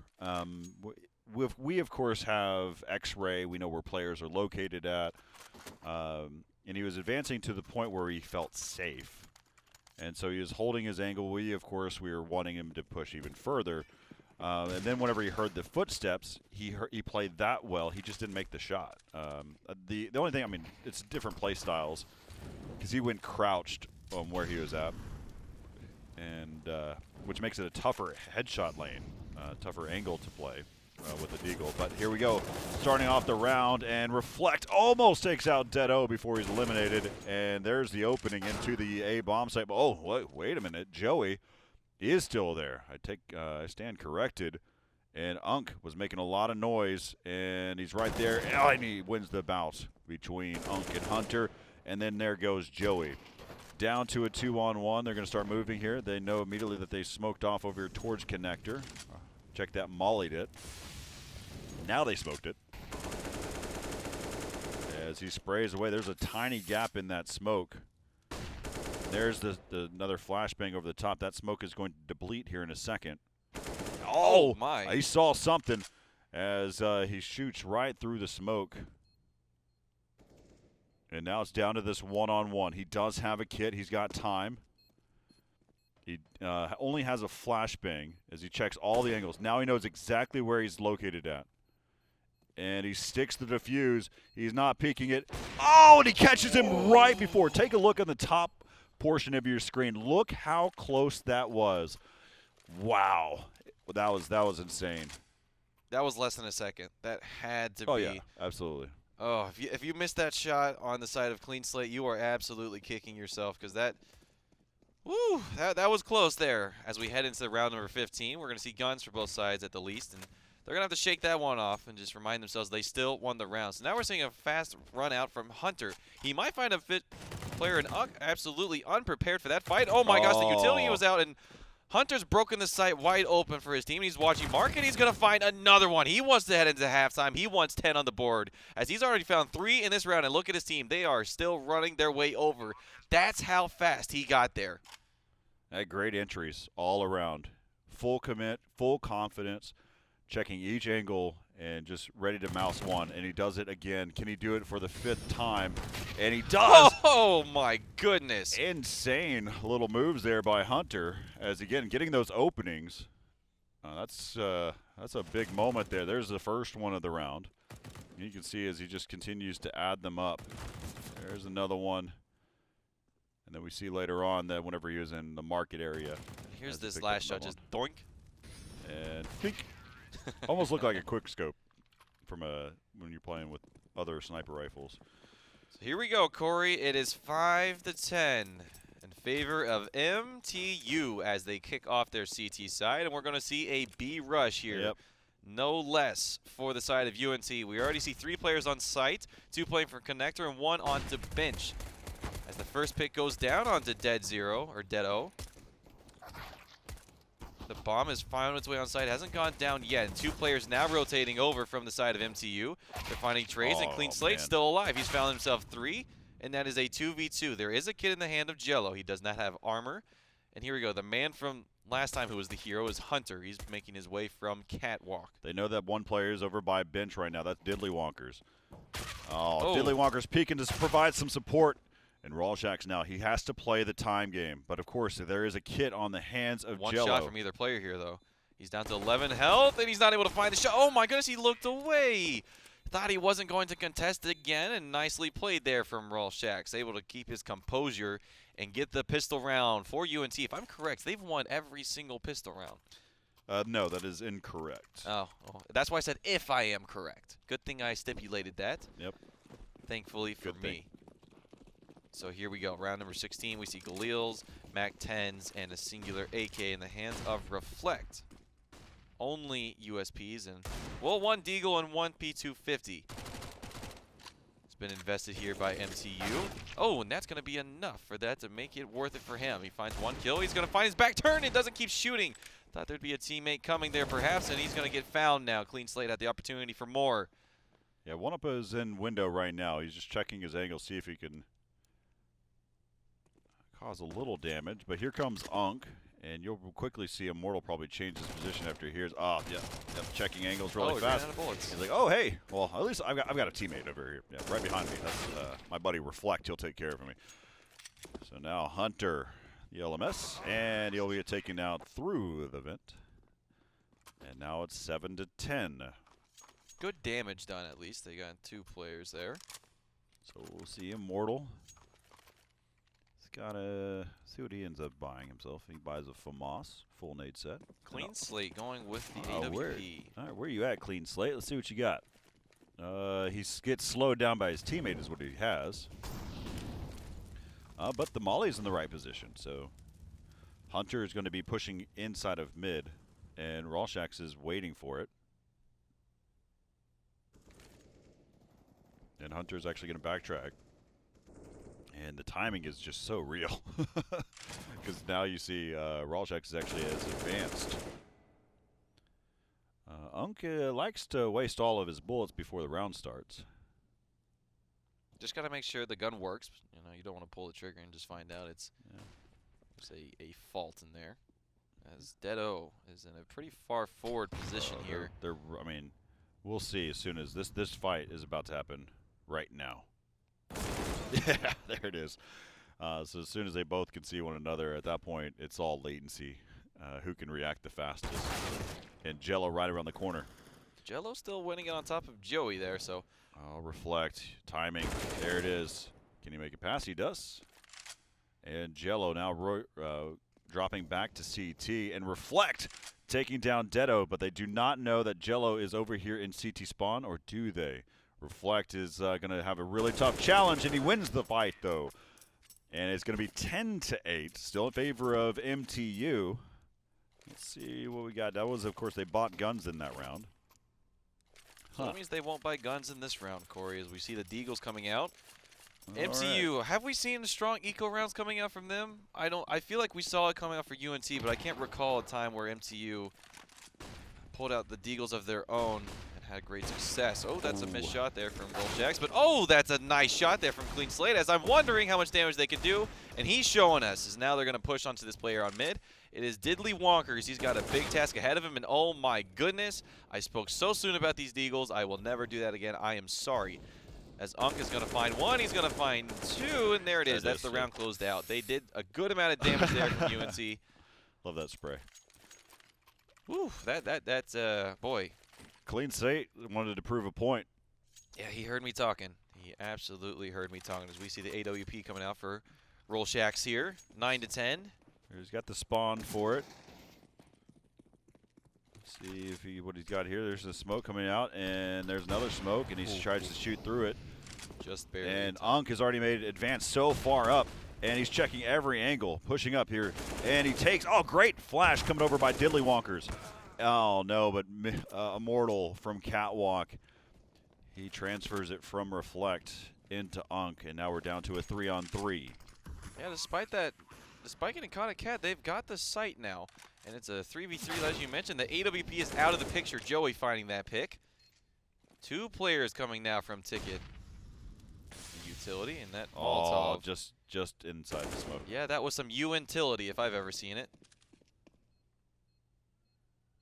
Ooh, nice shot there by Rolshax. Immortalized now, the last one on the team to do it for himself. He saw his teammate fall, and he looks like he wants to go for it at the least. He sees one, he's got some good damage going for him, but the AWP closes him out, and there we're seeing a tie on the board. 10-10, as the money is still not in a great position here for MTU. They're going to have to settle for pistols again. Man, we saw what happened before, but I don't think that UNT will play it the same way that they did. But now, you look at it, MTU is not going to play it the same way that they did either, as they've taken control over mid, that being UNT, and we've got 4 players stacked inside of B. Who is in Palace? I think that's Jello. No, it's Hunter. 9s and 8s look too similar on the minimaps. The zeros actually look like them too, and that's a pick from Dead. Oh, wow. Unk is out of the round. As we saw, he played Apartments on that CT side and now is no longer playing Apartments. But Joey's found himself in a great position here. Very forward on the side. He's going to call that over. But the important thing to know here, Corey, is they do not have the bomb. So as they quickly run over to find it, Joey's going to have to find all these openings. Oh, the utility, they're not going to poke it. And Joey is not going to either. They don't know about Hunter. He's going to have to be the catalyst to open up this round, and Immortal finds Joey. He sees 2 of them there, and they still don't know about Hunter. He finds 1, not able to find... Oh, wait a second. He does find 2. And now that's the round. Oh, my goodness. Eco rounds, you know, it was like 2 minutes ago when I said, hey, how do you know about the damage on MTU side for Deagles, Corey? And they're showing me. So they're answering my question in the form of a round win, and it's 11-10 on the board for MTU. They now can't afford guns, haven't quite broken the money of UNT, as we see the AWP coming out once again. All players on AKs, a little bit less utility, but that is all right. They will be happy with guns. We're going to see the players, they're attacking right away. They're trying to change the tone of this one. Tempo. And, he tries to turn on him. That was Unk. Likes to get aggressive is Unk, and it always seems like he's running out of bullets, but the bomb this time is actually on the site. Last time we saw the 3v3 retake, it went into favor of UNT. It started with this pick on the clean slate. The AWP was taken out by Joey in this exact situation from Connector. This time it's on Reflect in the jungle. And so now we see the same situation with Immortalized and Dead Oak trying to come from Ticket Booth. But this time Immortalized finding his way, and oh my goodness, getting burned alive. They traded each other. Happy to take that. Now Reflect pushing his way out. Nice. Setting himself up. Throwing the basketball off of the hoop and then slam dunking it home for round number 11. Did I say the hoop? The backboard. Close enough. Round number 11 here, and we see a Negev on the side of Unk. Yeah, you set himself up his own alley-oop. Yeah, why would you get a Negev in this situation? Let's find out. Let's hop on board with Unk. I have a feeling he's going to spray window. Unk, where are you? 2. Ah, there we go. Oh, no, we lost him. Okay, well, he really likes playing apartments. He's going to start spraying, and there it goes. Remember how we said he likes to use his bullets, Corey? I think this is definitely the gun for him, as he's going to take a long time to get through that clip. Watch him actually be ridiculous. Oh, my gosh. You got to be kidding me. And, okay. Oh, that's funny. Well, that goes on the ground. I don't think anyone's going to be too tempted to pick that one up, but now they pick one up onto Deado, and that's going to be the B bomb site as we see Clean Slate already making his way there, and the other player coming from apartments. This is getting uncomfortable. Hit the shots. He's not able to. Both players. I think Reflect had to come in there. Oh, he didn't win that bout. And there it is. Oh, he's going to find the bomb. Oh, he goes down. Lucky enough, the bomb actually goes down. They do know his position, and it's left to Joey to try to save this one, which was almost a guaranteed win here for UNT. Oh, he picks up the Negev. Yes. He's got an opportunity. He's going to use it even. No, he's got the deagle in his hand right now. Oh, he does. Okay. Yep. Yeah, he sure does. Didn't even want to. He's not. Look, his teammate's not even going to pick it up. He's going to go for the AWP and say, "Don't do that again." Unk, you might be tempted, but don't do that again. It's an interesting tactic. I mean, he's spraying, trying to see if he can clear out anything that is below the window from apartments. And it is Sunday, so spraying and praying is a viable option today as he picks up a bison. Oh, he does have a bison. He just likes having bullets, Corey. I don't know what to tell you, but the AWP coming out through Jello. I'm not a big fan of reloading, so. Oh, man. Maybe he unbound it. That's what it is. Such odd weapons. Once again, Utility strikes again as a grenade bounces back and does nothing there on Connector. Unk, okay, trying to make up his mind. What DPI do you think he plays on? My goodness. As he's running on in, he's just going to hold the... Wow, and that works out in his favor. Hey, if it ain't broke, don't fix it. It's now a 3v3 on the back of that. Hunter's finding himself into his Connector. They're going to see the barrel, but not soon enough as he's able to pick down Diddly Wonkers. A lot of damage has been done. Absolutely. This is actually, that Bison would have been better scenario here. Just about to say that. I'm glad you pointed that out. So now the AWP's poking. Ooh, he's not able to find the shot. They've got 2 ops here. And let's see, where is this other player at? Yep, is lurking right now on Catwalk. That's Deado. He's going to find the bomb. Oh, roll 3, shacks. 2, 1, and boom. There it is. The bomb goes down as well. Now it's left to Unk and his 5,000 DPI. Let's see if he has 5,000 IQ. No, he does not. He gets taken down. As round number 12, as Corey, remember we were talking about it being a boxing match, and it's starting to look like that. We've gone round for round ever since it tied up at 10. Yeah, the challenge is as though a boxing match going back and forth on rounds doesn't work out in the favor of the counter-terrorist. So, but we will see P250 coming out for 4 players. As they're probably going to flood out here towards the bomb site, but there's Clean Slate. And there they go. And there's the bomb flying out in the open. And this is the round now. Yep. There we go. 13-12 in favor of MTU. Now we'll see some guns coming out for UNT. It's always funny to me just watching the bomb just fly away from the team. It's like, there it goes, come back, please. But that round was a stretch anyways, as it's now 13-12. No utility at all in that. And that would have been the perfect time to have utility, tossing out at least a smoke or anything. Even a flash. Yeah, just trying to get the bomb down, so. Now Ong's finding himself pretty far forward. He's going to hear the footsteps. Oh, he actually saw him, but didn't find him. Now Hunters once again holding with that Og towards Palace. Gets taken down as Jello, and now on a flank. Didn't hear Reflector, or excuse me, Reflect, as they've now opened up this bomb site. And Corey, remember how we were saying round for round? It just seems like there was one hiccup. Oh my goodness, they don't have the bomb. It's all the way down, but they're finding themselves in a 3v1 situation. Immortalized is going to take out Roshak. They might hear each other's footsteps. Joey's running, and it's about to be a one-on-one. Joey right around the corner. He actually saw the bomb. Immortal is on top of it. Oh, man, and now it's left up to Reflect. Oh, that is so tough. Immortal has had so many rounds that are like this. Oh, and then Reflect does his traditional crouching strafe spray from long distance. 14-12 in favor of MTU. And they're going to force. We see the scout coming out from Reflect. Doesn't seem like his teammates necessarily agree, as they only pick up Deagles, Tech 9s, and a singular P250. At this point, they're playing for overtime, as everything in the hands of MTU to make this round in their favor. Put that scout up front, but it's actually going to be watching the flank. And if we see here, Unk's already fired, so he doesn't have a full clip, which doesn't surprise anyone, but now they're on the site. If they're able to find some picks here, they could have made that work, but absolutely shutting it down. Yeah, I don't understand why Reflect is actually, why he was still in T-spawn area with the scout. Well, he also bought the scout, so some synchronization. That's not a word. Yeah. You get what I'm saying. There's a disconnect in between they were them. Not synced. Correct. All right, we're at map point coming in here for MTU here in this best of 3. And you see the sawed-off shotgun coming out now from Reflect, as he wasn't able to afford anything else. I almost feel like you have to do a B hit at this point with that shotgun, as it's not going to make great use anywhere else unless they decide to push into you, as he's going to make his way quickly into the underpass. Yeah, and Dillywonkers, they're struggling right now, as he's down to 17 health.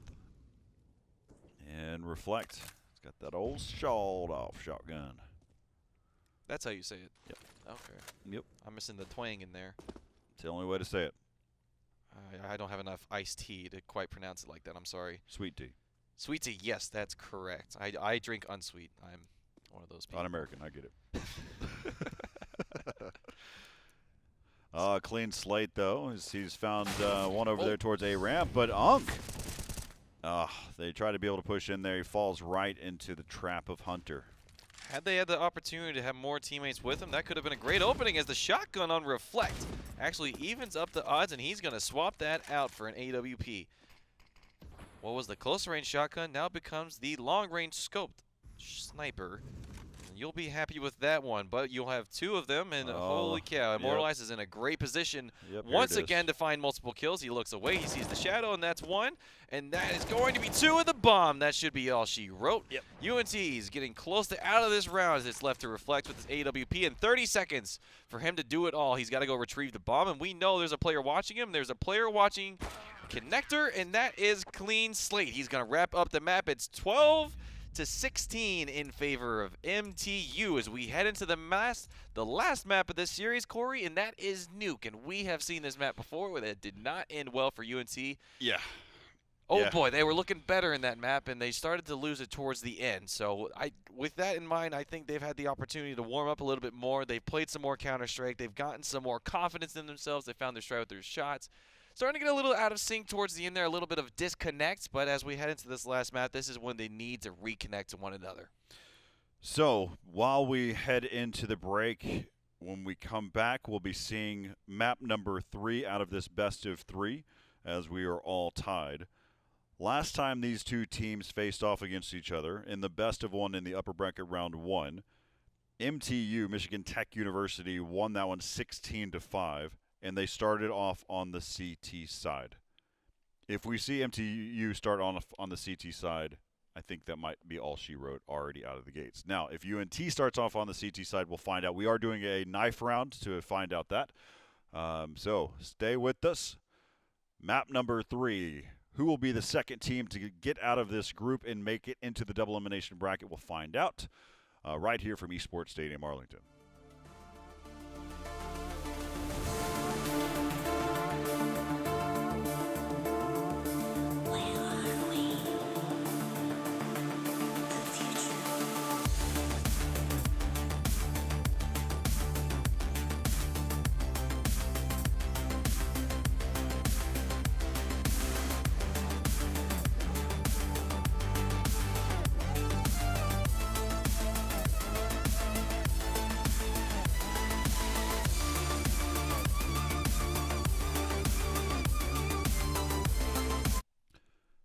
Visit GoArmy.com and learn about 150 different career opportunities available now. Esports and the U.S. Army working together to make things better.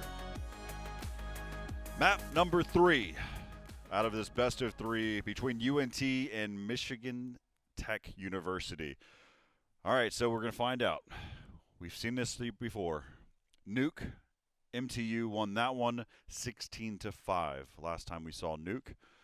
And it really looked like MTU was just the better team. And we'll see. I'm still having just these flashes of going, we saw a Negev, we saw sawed-off shotgun, we saw just a series of different types of weapons, both of which got kills. So, I mean, they did their job at some point, somehow. So we'll be waiting here for the knife round since we are in the third map. You do not select your side. There was the remaining map, and so we'll see which team starts on which side based off of the knife round. I will say that I'll lean deep into this, and I don't necessarily agree with this thought, but I'm going to lean deep into it. Whoever wins the knife round wins the game. Really? Just for fun. Okay. Might as well. But I say it with confidence if MTU starts on the CT side. Well, we've seen a different team in MTU, and that's unfortunately not for the better. Similarly, we've seen a better team of UNT as what we saw in Nuke. So I think the key matchups we're going to have to look at is Dead-O. It was absolutely lights out towards that B ramp site, playing every single angle, keeping the T's guessing on where they can go. He basically canceled B. He said, you can only play A. That's it. If you want to have any chance, you're just going to have to go A. And if he has another performance like that, I agree with you. It's going to be a very quick map. But with that said, if they do see themselves on the T side, then we'll actually have to see some strats coming out from them there because they didn't really have to put up a fight. At that point, I think they crushed the morale so much of UNT, they didn't have really much of a chance to catch up. And they've also had some time to warm up. It's been through the day. And even, got to remember, we've kept calling this out time and time throughout. MTU has played in every single series today. So this is their 5th map today as we return to Cedar Creek Nuclear Power Plant for the 2nd time today, for the 3rd time of this entire tournament. And this is marking map number 46 of the U.S. Army Presents Reload Collegiate CSGO Invitational here at Esports Stadium, Arlington. All right. This is going to be the determining factor, as they're all kind of in a standstill. Now it's going to begin. As, let's see. There you have it. Yep. MTU moving on into the playoff. Let's see if they decide to start off on the CT side like they did last time. Yes. And there is absolutely no doubt in my mind that they're moving on to there. And here's where we saw the day begin, and here's how we're going to see the day conclude for the side of UNT. If you're them, you want to see the odds in your favor this time. You do not want to see the same scoreline, as that means you will be eliminated. The loser of this will go on to face, I believe, UConn. Is that correct? That is correct. Wow, I can't believe I remember that. But, hey, that's why I said it confidently, because sometimes you're right about it. Yep. And we see a very fast and confident push into the A bomb site. We see Reflect finding one towards Heaven, and it was Hunter. The next player to go down is going to be Clean Slate, also from Heaven. And he's now returning to Heaven as he's out of the match. And so, Reflect is going to push out aggressively. He's going to find Immortal. It's down to 2 players. Now down to 1 player, and that's going to be the round. UNT actually getting the pistol rounds for themselves. Actually, no, they got the pistol round last time. They did. They got the pistol round last time. They got the 2nd round, and then everything after that was all MTU. So this is playing out exactly as we saw the first time. Yeah, the difference. Yep. The absolute difference here, the name of the game that we have to keep an eye on, and we're going to mention it time and time over, is Dead 0103. Yep. He was the reason that MTU won this map. Yeah, they just could not get into the into ramp room at all. He held it on lock and did extremely well. And then Jello played aggressive in certain areas. Now, you mentioned it is a very critical point. Are they the same players that we saw on map 1, hour 1? I mean, we're now in hour 5. These MTU has been playing since 1 o'clock, which was we're about to cross over into getting into the 6th hour. Now, Rollshacks starting this round off with the Galil, taking their time, and Jello is investigating his USP. He should have been paying attention to the crosshair. And P250's out, and Joey, he's not even touched by that. So now it's left up to Deado and Clean Slate, as they're just trying to cause a little damage, and now left up to Deado, as Deado's going, oh man. And just like we saw the first time on Nuke, 2-0 in favor of UNT. I will say this is a different looking team. We saw very quick, clean shots out of them, and we're seeing that once again. And I think we're actually seeing a little bit of a less confident MTU. Their gunfights are, I'm not going to say they don't look, they look worse in some sense. We obviously haven't seen guns from them yet, but something about them and the way they're playing seems a little bit less confident. They're not playing with that same kind of aggression and confidence that they had in that first map. But with me saying that, the guns have come out, and this is where the impact was made last time. And this is where the impact's going to happen again, as we're seeing outside smokes here from UNT. I'm not sure if we even saw this last time. They didn't use smokes very many times. They did? Yeah, this strat was what they did over and over again on the outside. I don't recall the smokes. I do remember them going outside a lot and then pushing through Heaven and finding players there. I remember Jello specifically planting himself under that balcony on the Heaven side and getting picked off, even trying to stop that play. So looks like they're making their way downstairs. They've actually tried to bypass the ramp entirely, going all the way around him. And look at that. He's played a position that is not ramp. Yeah, he's allowing his teammate to watch over that instead. That's okay. And he loses that fight. Well, if that's telling for how this map will go, this is not going to look good for MTU, as they're already on the bomb site. Reflect. He's going to poke his head out, see what he can find. He's going to see two players flanking over, and he sees one, but he can't find any. He finds two, but Joey's able to pick up two on the flip side. His team's able to call out his assist.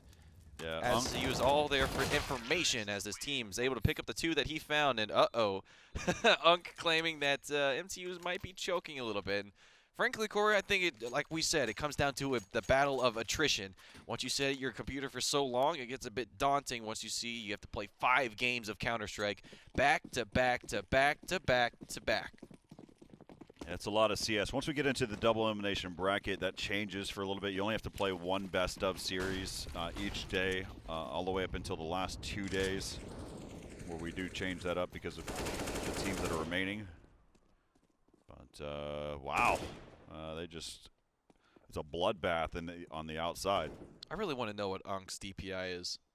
He swings so fast. Ooh, that's a nice shot. They're going to know where he's at, and he's able to get... Oh, my goodness, that should not happen. All right, and here's Unk. He's just going to not check. He didn't even check the angle to make sure.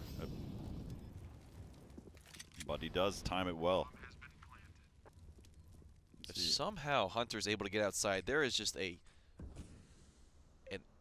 supermarket of guns out there, and he's not going to be allowed to. Oh my gosh, he's even found the shot on the Joey. He's down to 14 HP. Joey misses one shot there, and it turns into a 1v1. He knows where guns are at. He can grab one. He had the time, but Joey closing that one out, and it's 4-0 UNT. A completely different team than what we saw last time, and Dead-O not being a factor at all. 0-4-0. Doesn't even have an assist to his name. And there we go. He has returned home. Yeah, Ramp was calling his name, and that's his game. This is glimpses of what we saw before. I mean, we're seeing 2 ops come out. We see Dead-O now playing over towards Ramp Room. So now are we going to see a different UNT team? That's the question. Oh, look at that. They've taken over, but there's quick trades that are happening. And Jello, who is watching outside, is backtracking. Jello and Dead-O were the two players that we talked about a lot the first time that we've seen these players. So now, closing the door, going to go ahead and try to get this bomb planted in the lower bomb site. And Dead-O must have rotated pretty far off of ramp because he hasn't even been in that position. Oh, Jello right here. It's going to make some noise. And they know at least one is here now. now the question is, what will they work together? So oh, my goodness, just find him. Great flash from his teammate to be able to help him out. That door opening is going to exactly paint his picture of where he's at and able to control the spray, but not able to find the second. And the roll shack, he has been doing great for his team. Had a great performance so far in this series. Team effort 5-2 right now. And yeah, as you mentioned, in this map, it's a great team effort. As we see Deagles coming out for the side of MTU. They've got armor. At some point, I feel like they're going to just completely stack a site. And yeah, look at that. They're just going to run through B lobby and stick 3 there. Jello's going to find a lot outside. He's going to see him on top of Silo, and his head gets shaved off. He's going to call for his team to help. Yeah, Joey lost his AK, but he does take out one before. Now we're seeing them start to push through. Diddley Wonker, he's got the bomb. He's taking a little bit to get to point A to point B. And, oh goodness, Reflect not looking at at any angle, just kind of looking at the ceiling. Luckily, he can turn and get the flick. Ooh. That again is Reflect, who is wounded right now. And smoke is going to slow things down. You've got one player that's clean slate who's coming through Mini, through Garage. And Rawshax has been able to pick up too.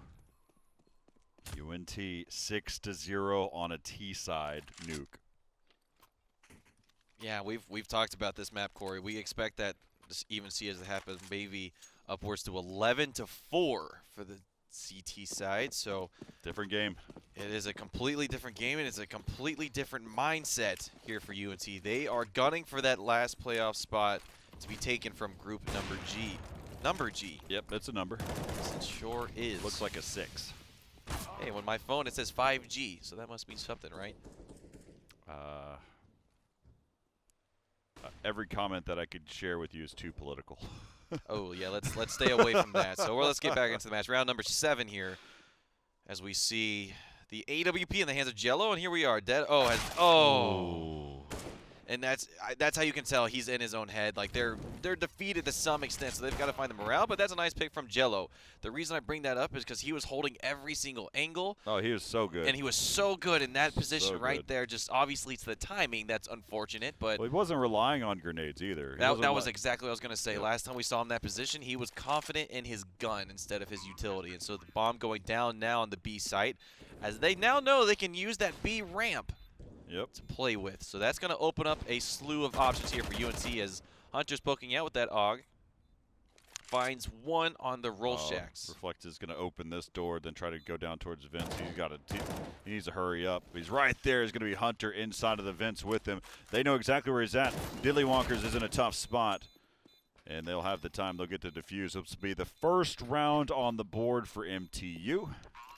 Now it'll be 6-1. But what we're talking about is Dead-O not holding down ramp well successfully is going to change how more so the perspective of MTU, because beforehand on map, the first time we saw these two teams compete on nuke, Dead-O can one-man bandit, he can hold down ramp room all by himself. Now his teammates have to support him every round, and so that is going to make a huge change on how they play this tactically. With that said, there are still more rounds to play in this half, so Dead-O can. Jello playing aggressive with him right now. I think that's who that is. Yeah, Jello's pushing up right now. He is. Yep, he's going to find the pick, and that's actually the bomb. Sure, they're going to be able to pick it up immediately, but now that gives them a little of an inclination as to where these T's are at.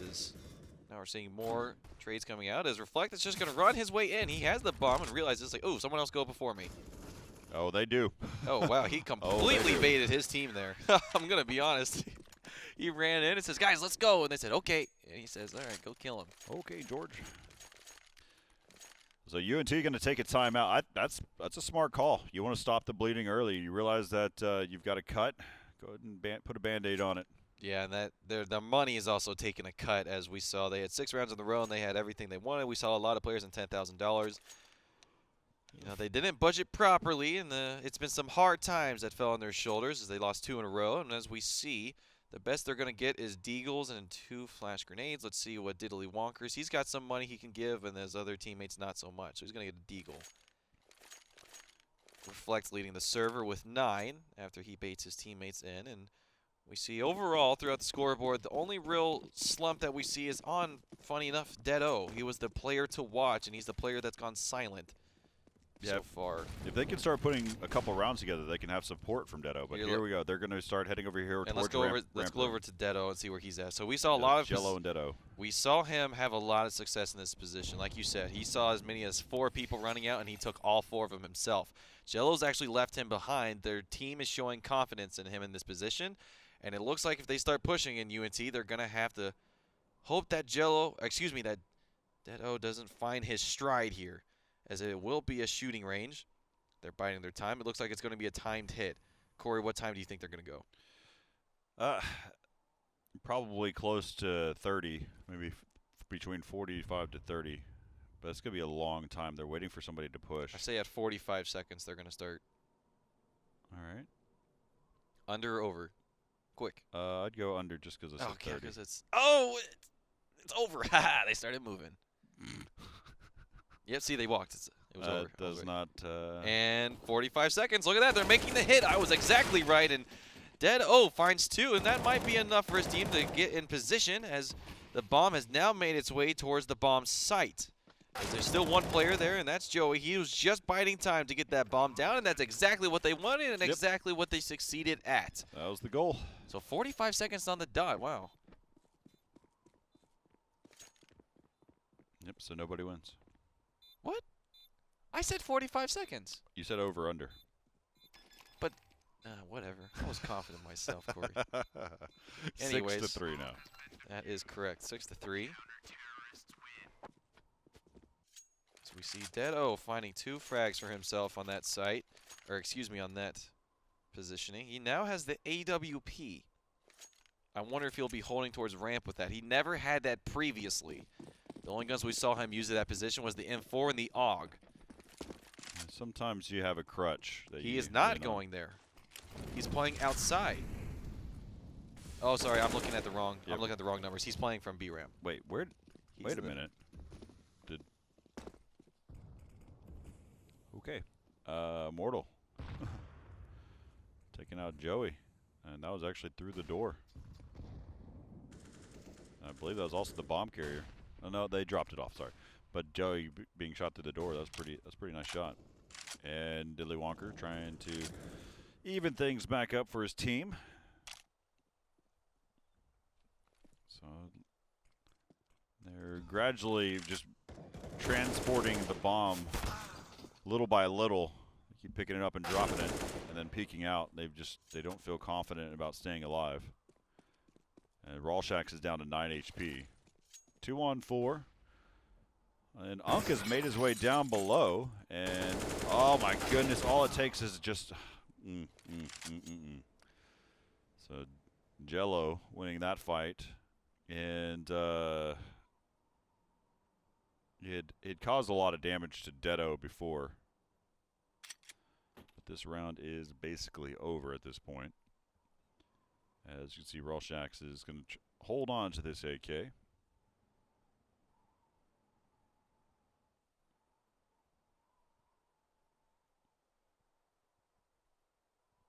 Nobody's decided to be pushing up yet. No one's going to try challenge him at all. 12 seconds. Oh, goodness. You don't have a lot of time. You should have went back up the ladder. But at least he dies before the round timer ends. 6-4. And that was what I was about to say. I was like, he keeps putting himself in a worse position to lose not only his gun but all of his money. Able to get picked up, I guess. That's the silver lining with that, is that he died before the time, but 6-4 Yeah, now for MTU. Excuse me, for UNT. As we see the Deagles come out. Oh my goodness. yeah, that was through the door, and there's Immortal this time. Last time Immortal took out Joey. And Reflect is just playing with the door. He went ahead and closed it. There was a draft, so he wanted to close the door. Yeah, if you're quiet enough, you can hear it. Yeah, right now. As it whistles on by. It's funny because it's whistling everywhere. That is true. And now we see the AWP in the hands of Deado, not holding from ramp. And now he's going to get pushed. He's going to find two, and they're not able to find him. They throw down the smoke, and they run at him versus running at the site. And that's going to be Clean Slate picking up Reflect. And the last player, or excuse me, there's two players left, and they are trying to push their way forward. Yeah. They're in no man's land as that bomb fell down. Yeah. Punk's not able to find anything, and it's left to Joey with an M4. He is found, and that's the AWP. Actually, the P250 is going to connect from that range. 6-5 was 6-0 in favor of UNT. And now we're starting to see the momentum go in favor of MTU. Remember, for those keeping track at home, it was 16-5 in favor of MTU to begin the day on this exact map, and the same teams playing on the same sides even. We're going to get to see a lot of the T side coming out from MTU because their CT side was so commanding. Looks like we'll see a little bit more of their T side this time around. As UNT is trying to make their way out towards the outside. Got their smokes down. We see Joey on top of Garage there.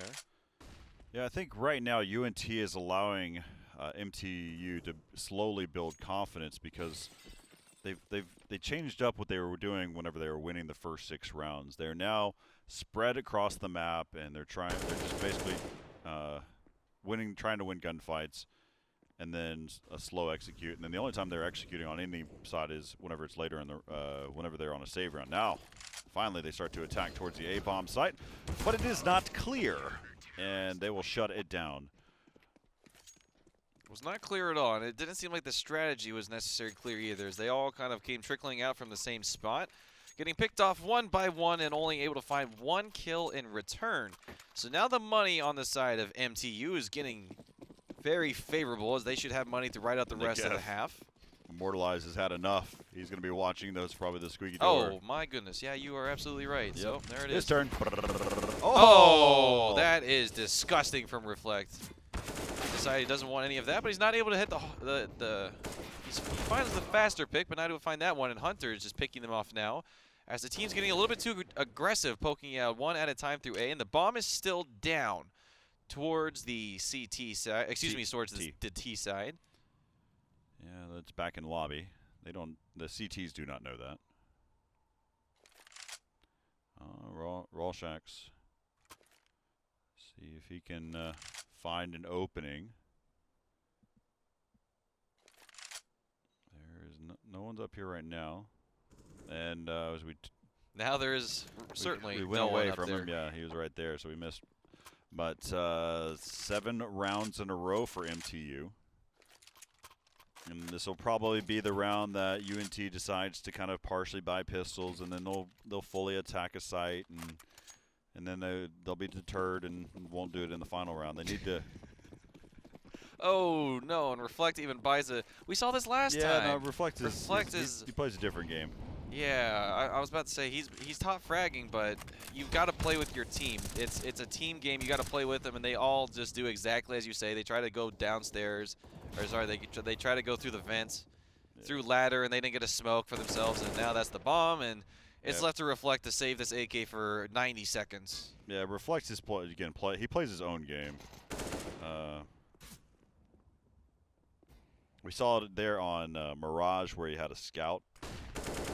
You're just wondering why. Yeah, they're now he's got an AK, down. full armor, everything as well. And he loses that bout. Yeah, he bought that AK trying to do some damage, and he can't even find himself one. That's going to sting going into round number 15 before the half. It's 8-6 in favor of MTU, which was a 6-0, and we were hyping up the UNT squad. seems like they've lost some wind in their own sails. I'm telling you, it's because they stopped attacking. They just stopped creating that that impact fast, and they started just trying to do a bunch of defaults. And that smoke finally blooms. Give you an idea, that's smoking over there towards the lower part of CT by window, CT window. So there you go, you see it right there. As they're taking over the outside. See, this is a little bit faster of an execute. They weren't trying to peek one at a time. They've now been working together. They're creeping up. They're trying to get some advantage here. And Hunter does not know that they're right around the corner, and his timing is difficult as he will fall to Unk. And there he goes. They've done pretty well so far. And there's another drop, and so now the score's 8-7. So they got 8 rounds in a row before UNT decided to win another one. That they sure did. So going into the half, Corey, we talked about Dead O being the difference maker for the CT side. And he relatively, he didn't quite live up to what we saw. He was able to hold it once, finding 2 players, had the AWP, found another 2, and was able to close out the round. I wouldn't necessarily put his team on the back in the same sense we saw last time. So we're going to see a T side coming out here for MTU. As they make their way into the lobby, they're going to blow the door open. And they're immediately going to shift their focus onto the B ramp as Reflect finds the first pick onto Immortal. Unk falls back further into the site, and that's a nice pickup there from Dead O. It's just running out. They're running out from the hub down, and that's going to find another one. As Unk's rotated a little bit too soon down there, and he's going to have to come back if they want a shot at this round. They're challenging a lot when they don't need to. MTU had not even made it into the bomb shed yet, and they were still trying to challenge and hut. And the Glock is just a lot better close quarters. Right now it's looking like the Glock is taking over the USP. They only need one more shot on both these players. Unk's able to find 1, he's able to find 2, and he's reloading, and oh no, that's a reload coming out from Clean Slate. He's able to not survive, and all of a sudden this is doable. It is no longer, as that's 9 on the board. That got a little frisky towards the end, but Hunter able to keep it under control. They wouldn't have time to be able to get, but he does cause the damage. 18-8 now for Hunter as he leads the server, and that was a bomb plant and a round 1 on the pistol side for MTU. I believe they did the same exact thing when they were on Nuke, if I'm correct, Corey. I believe so, yeah. Bomb plant and all, as they're going to quickly make their way to B ramp again. So they say, whoa, 4 players outside. Clean Slate's going to call that out. He's going to say, I'm out of shooting range, guys. Just go get the bomb down. I'm going to find what I can. I've got a Galil.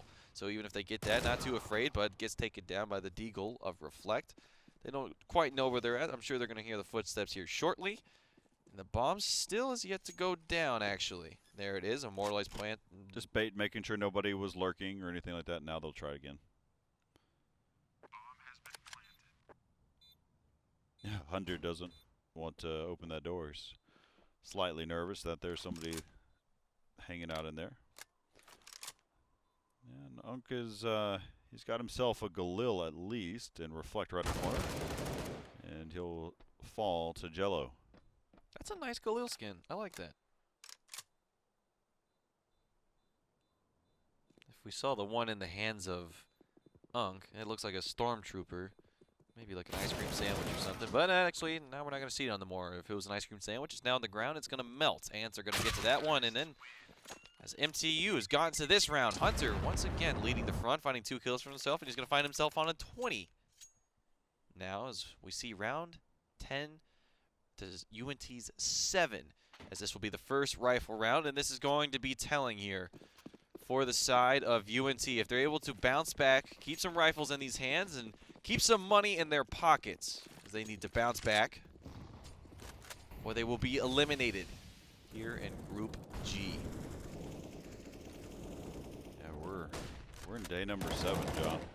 We absolutely are. Tomorrow will be 8 days, and that'll make a week that we've been at this. We started Monday last week in April, and that's a nice shot there from Unk, and that's almost a follow-up on the Dedo. Good.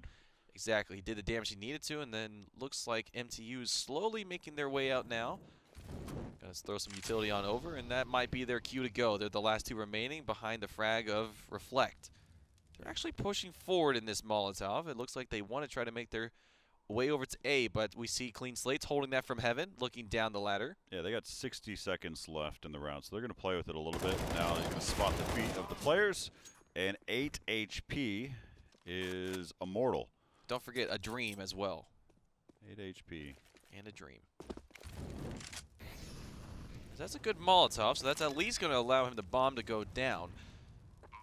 Now he's got to play an interesting game here, and there it goes. Knock, knock, who's there? It's Joey. 2 bullets. Who's Joey? Round number 8 for UNT is who that is. So 10-7. They're able to keep 3 rifles in their hands, notably picking up 2 AKs. He keeps flickering here on the bomb just to give his some time to go shopping. I stutter across the finish line there as he's stuttering across the defuse. 10-8 now, Corey. MTU. Yeah, MTU, you can see Jello buying himself an AWP already. And so we'll see a gun round coming in. A Galil in the hands of Immortalized and Clean Slate. He's got himself a Deagle. Now, Clean Slate has probably been one of the few players from MTU that actually has a pretty strong Deagle. But it is going to be backed with Jello. Oh, I think he barely saw. Maybe not. Maybe not. As Joey is just hoping. Yep, and he finds himself a bomb carrier. And that was Clean Slate who had the Deagle. Now he's in a tough spot that forces him out of his position, but he's still in a good spot right now. He's got a little bit of support, and Joey challenging. He realizes that there are actually 2 players that are over here. And a shot from Jello into Dillywonker. And there's another one. Joey just continuing to contest against Hunter.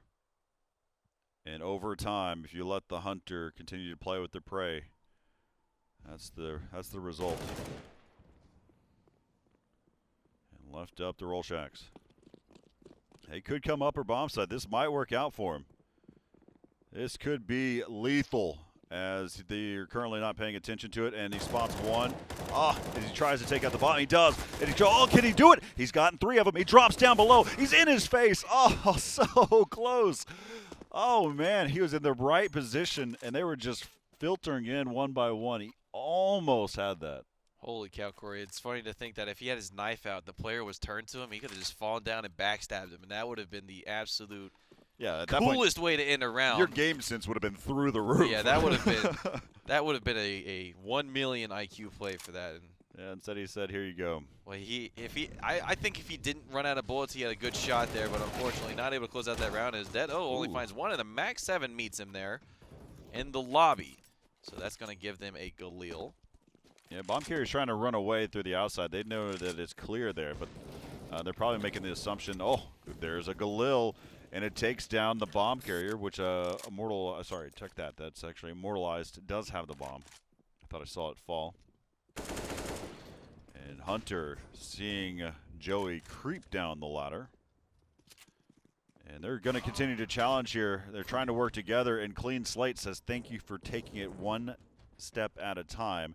And now Unk has been has taken out Clean Slate. Wishful thinking. And so he'll go ahead and pick up this AWP. Goodness. He had to do a triple take. Was that a scout or was that an AWP? I got to look at it a few times. Is what he said, and now he's going to try to. What is his sensitivity at? That's what I'm saying. It's ridiculous. What if he's playing with a flight stick? You remember that thing? A trackball or something? Shout-outs to David Stark. He played with a legitimate flight stick, like the simulators. Yeah, but I think he used it as for moving and strafing and everything. No, he would shoot with it. Oh, gosh. He did the whole 9 yards with it. Look at that. Speaking of the whole 9 yards, finding a 4K for himself is not enough. It's round number 12 on the board here for MTU. Saving AWP will feel all right as they get another Mag 7 into the hands of Reflect. Round number 21. Yeah, the only craziest competitor, a professional competitor I've ever seen was a Quake player that used to use a trackball, and that was just crazy. I can't even imagine how your aim could be precise with that, but hey, if you practice something enough, you can get it down. As we see, they're going down now to the B bomb site. Yeah, you just can't beat a high DPI mouse. Now we see the bomb in the hands of Dedo, and he's going to get that down here shortly. Well, taking his time, wants to figure out what's the best angle to get this down. He's going to plant it towards double doors, and he's probably going to make his way through those. It's going to make some sound. He's not. He's just going to play the corner. Joey's going to poke out here, and Dedo's going to see him and immediately start shooting. Yep, just like that. Didn't see him, but started shooting, and that's a nice find there. Yeah, that battle's happened before, so. Does, and that's a nice swing there from Hunter, closing out on Joey, and so seems like the team. Oh, that's two quick finds, but it's now the AWP in the hands of Rolshak. He knows where these players are at, but the problem is getting to them. If they don't peek out, and oh, that's not a good peek. It's a 1v1. He can absolutely do this. Oh my goodness, I thought he landed that. He's just trying so close. He doesn't need to peek. He doesn't need to lose that op because he's not going to win the round. You already know that Hunter's going to lose the AK, so. But 13-8. If you remember, in the beginning of the first half, it was 6-0. And here we are, 13-8. 2 Novas on the side of UNT. At some point, you got to just think to yourself, stop buying and just get a rifle, but trying for any extra advantage that they can at this point, and if that Nova gets a kill, which it does, that's a lot of money now, so that feels pretty decent. Reflect is still trying to push that. He's being aggressive towards Squeaky Door as Dedo finds multiple. They're pushing onto the site now, and Reflect is still here. He can still do some noise with the shotgun. He hears the reloading. He should find that kill, but he does not. It's all left to Joey and his AWP. There's 2 members down to single-digit health. And he finds one of them at 100. So if he knows, ooh, I was about to find Hunter there as well, but he should have no shot in this round. And he's gonna recognize that as he's just trying to find picks where he can.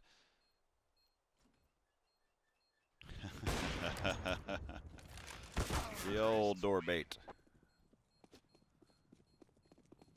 14-8 for MCU. We see 26 on the side of Hunter. Second behind is Clean Slate and Reflect, both with 18. The lowest is Diddly Wonkers, as his game is looking diddly bonkers this round, and he's sitting on 6. We see an AWP in the hands of Jello now. And only a Deagle in the hands of Diddly. I don't think we've seen an outside hit yet for MTU. At least it hasn't seen a successful one. As now they're waking their way there, and we see Dedo being the first one to fall in this round. I'm getting very aggressive towards the stairs there. They're going to take him down, but now as they try to cross, there's no smoke, and here we go. We're on board with Diddly. Let's see what he can do with this. He sees one player rotating on over, and Reflect's able to find one outside. Clean Slate trading, and yeah, back-to-back trades here. So now all of a sudden we've got ourselves into a 1v2 with the bomb being outside. Still only a Deagle in the hands of Diddly Walker. He's, oh my goodness, down to a 1v1, and Diddly is full health. He's going to be able to pick up that M4. Let's see if he's overthinking this one. Well, let's see either of them overthinking this, because now he's getting aggressive into which he saw his opponent. First is just trying to get onto the site, so he's going to try and take it from heaven. Could have had the bomb site by now, but hindsight 2020, we're the observers in this sense. We're not the players, so we don't know what's going through their mind, and we don't know what's going on in the server other than what we can see. And so he's making his way to heaven. He's going to have to drop down. 20 seconds to work with. That's going to make the noise, and that's going to cause the... Oh, okay, he got a little bit nervous there. Doesn't want to make a sound, is Diddly, but now he's going to start booking his way there. He does not have a kit. And we see Immortalized holding the angle in which exactly he's going to hear him, and he's going to have the shot lined up, and that's not going to be it. He finds his 7th on the board. And just as I call his Diddly bonkers, he's going to get the Diddly defuse, and that's going to push it to round number 9 for UNT. Wow. The way that he played that, he should not have been rewarded, but you have to make a shot. You have to, man, that was a good finish there. But immortalized, I mean, the way he played it as if he thought that there was going to be, he might be able to peek an angle, but then after that, he got the bomb planted. Interesting weaponry coming out once again. Yeah, Negev and an auto shotty. Yep. All right. You're only at tie point right now for the other team. Shotty from long range is hey,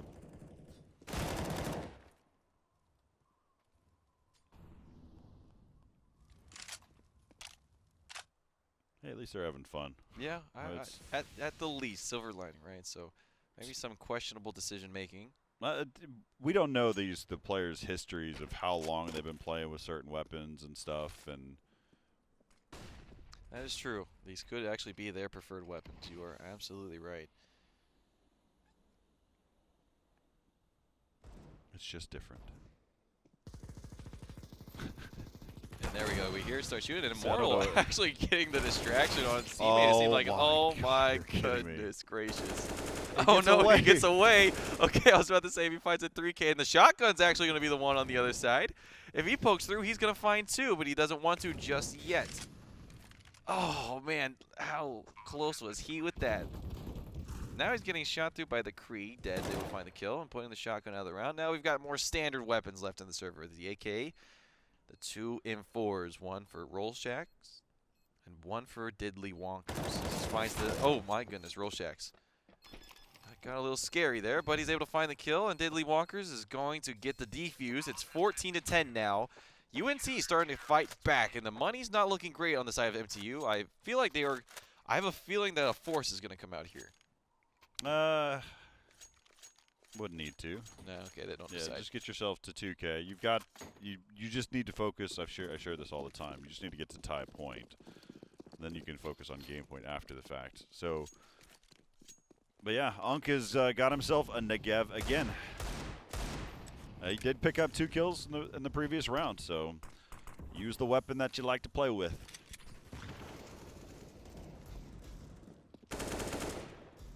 I was right on the mark with that spray. Just obviously didn't realize so. None of those bullets connected, and there was a player immediately on the side, and that was immortalized. As we see, Diddly Wonkers holding on the other side with that M4. He might come into contact here with 2 players. One pushes out, shoots early, is able to find him, and the other player with the Deagle is not able to connect. Yeah, it went straight into his crosshair. All right, 3 on 5 right now, as Immortalized is trying to use this window.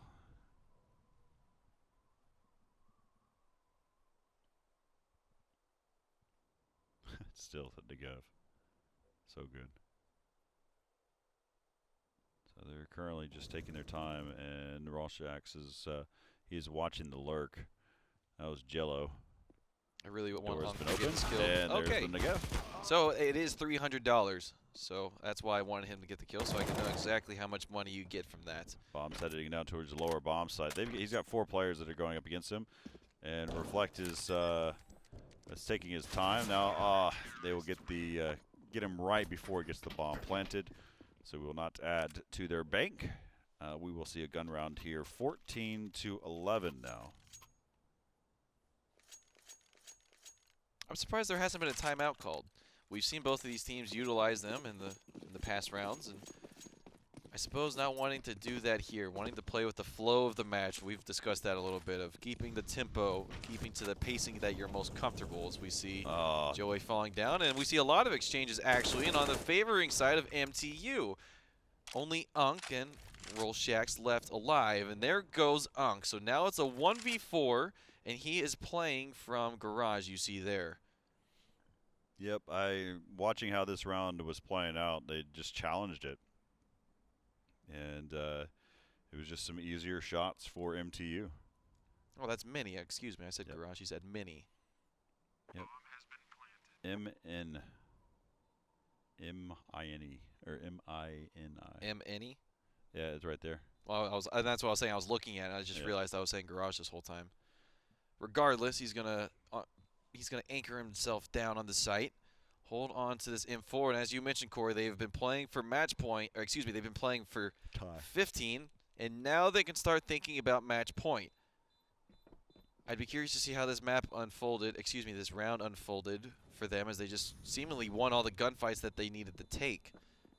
Well, UNT forced those gunfights, but MTU had just a better position. They had boxes to leverage. It was just easier for MTU. Ooh, look at the money, actually. They've been forcing well, I shouldn't say forcing, but they've been investing in every single round as UNT, and now look at this. We're seeing a USP only on Unk. That has got to hurt, as they've put down everything that they Wonkers hadn't bought yet. He's Yeah. trying to figure out what they were going to do. That's the only reason why we hadn't seen a weapon yet. So we do have weapons. Everybody has at least an M4 and AUG and head armor. So this time they decided not to play too aggressive. One player has advanced pretty far out there on the outside. He's made his way towards Secret. And they're still playing with this outside right now. And there's the AUG in the hands of Reflect. And Joey taking down the bomb carrier. And nice shot there by Hunter. Hunter likes this creep. Hey, he's almost at 30. With a performance like he's having, leave him be. We are at match point for MTU right now. So they've already taken out 2 players from UNT. Looks like Unk is wanting to contest once again, as he's going to find one, and that is Clean Slate. It is now a 3v3, as seems like he wanted to push towards lobby. He didn't find anything there. We see Deado on top of Mini. Yeah, Deado's just watching for flanks.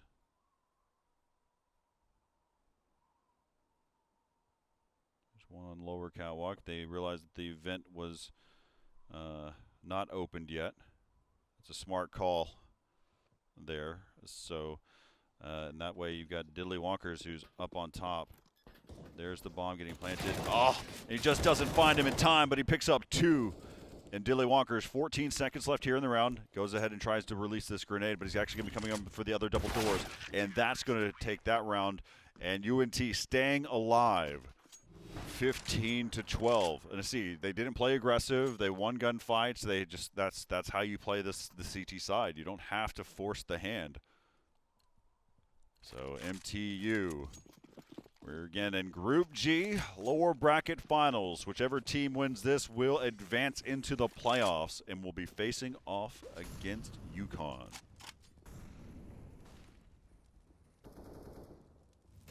We're seeing Jello only on the P250, as we see an AWP in the hands of Clean Slate.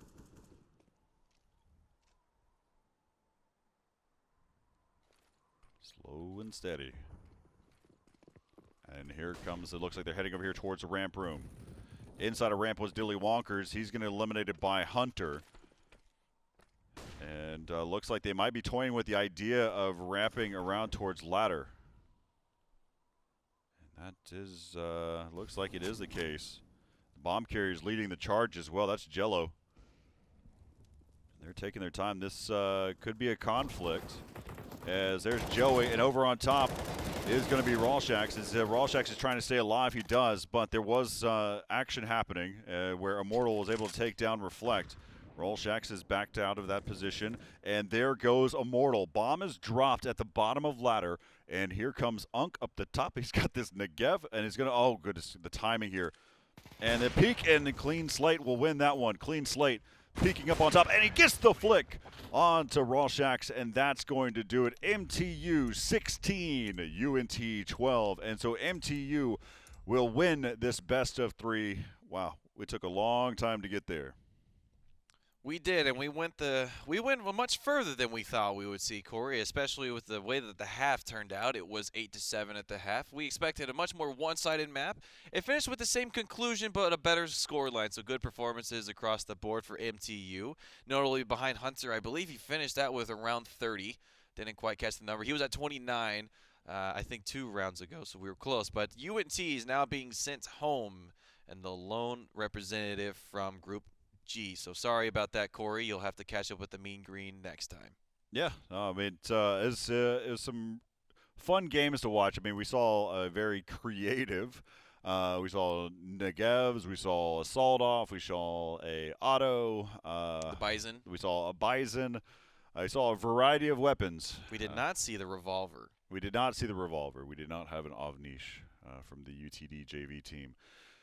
All right, so MTU taking this one, and they will be advancing. Now they'll be facing off against UConn. That will begin on May 5th. That is the double elimination playoff bracket. Gosh, goodness gracious, we are 2 days away from that. I was just about to say tomorrow. We've been saying May 5th, May 5th, May 5th. Ooh. Tomorrow we're going to start saying tomorrow begins our playoff bracket. That's insane. Oh, man, it's we've watched a lot. We are now down to our 4 remaining teams, and that's in Group H. So we've gone through. We've actually watched 24 different teams decide their fate, whether they went into the playoff bracket or not. So we've got 14 teams that are now in the double elimination bracket, and we've got also a lot of teams that have been sent home too. We have, for every team that we've seen go forward, we've seen 2 teams fall, with the exception of 4 of those brackets, where we only saw 3 of them, in which the top seed had their buys. And Corey, we have seen 46 matches of Counter-Strike today. Not today. Okay, excuse me, not today. We've seen 46 maps throughout this tournament. So we are definitely clocking in the hours. Yeah, 46 maps that led to this upper bracket that you're going to see here. This is how it played out. RMU is now the only team, or one of the 2 teams that are waiting to see who they're going to be playing off against from Group H. But it has been decided UConn will face off against Michigan Tech University, and that's what we just found out. VCU will face off against Drexel. Kennesaw versus Purdue. Rochester versus University of Alabama of Huntsville. And then on the flip side, Northeastern will face off against Pitt. And then you've got University of Central Florida versus Miami University of Ohio. And then last but not least, St. Clair College is waiting for the team that places first in Group H. All right, so we've seen some really fun action today, but this is the first that we've seen this happen yet. We've actually got Hunter, who will be joining us now. Hunter, I want to share something. I want to shed some light on you.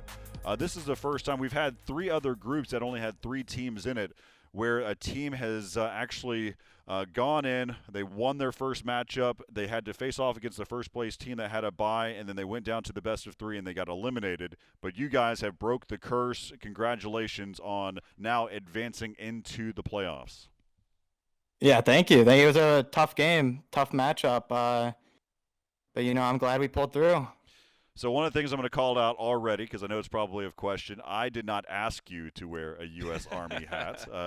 It's all coincidental in this case, so thank you for supporting our sponsors as well. So I have to lead with that question. So why are you wearing a U.S. Army hat? My brother actually is going to be in the Army. That's why I have it on. I love it. That's awesome to hear. So Hunter, you had some really good games going through that best of 3, but let's go ahead and backtrack to the very beginning. You guys started off extremely strong against UNT, where you won on Nuke 16-5. Kind of talk us through. I mean, you've played a lot of games. I mean, you've been on our stream from the very get-go. We've been with you from the first moment, from the first break. So talk us about what happened in that first matchup on Nuke. That first matchup was a little tough.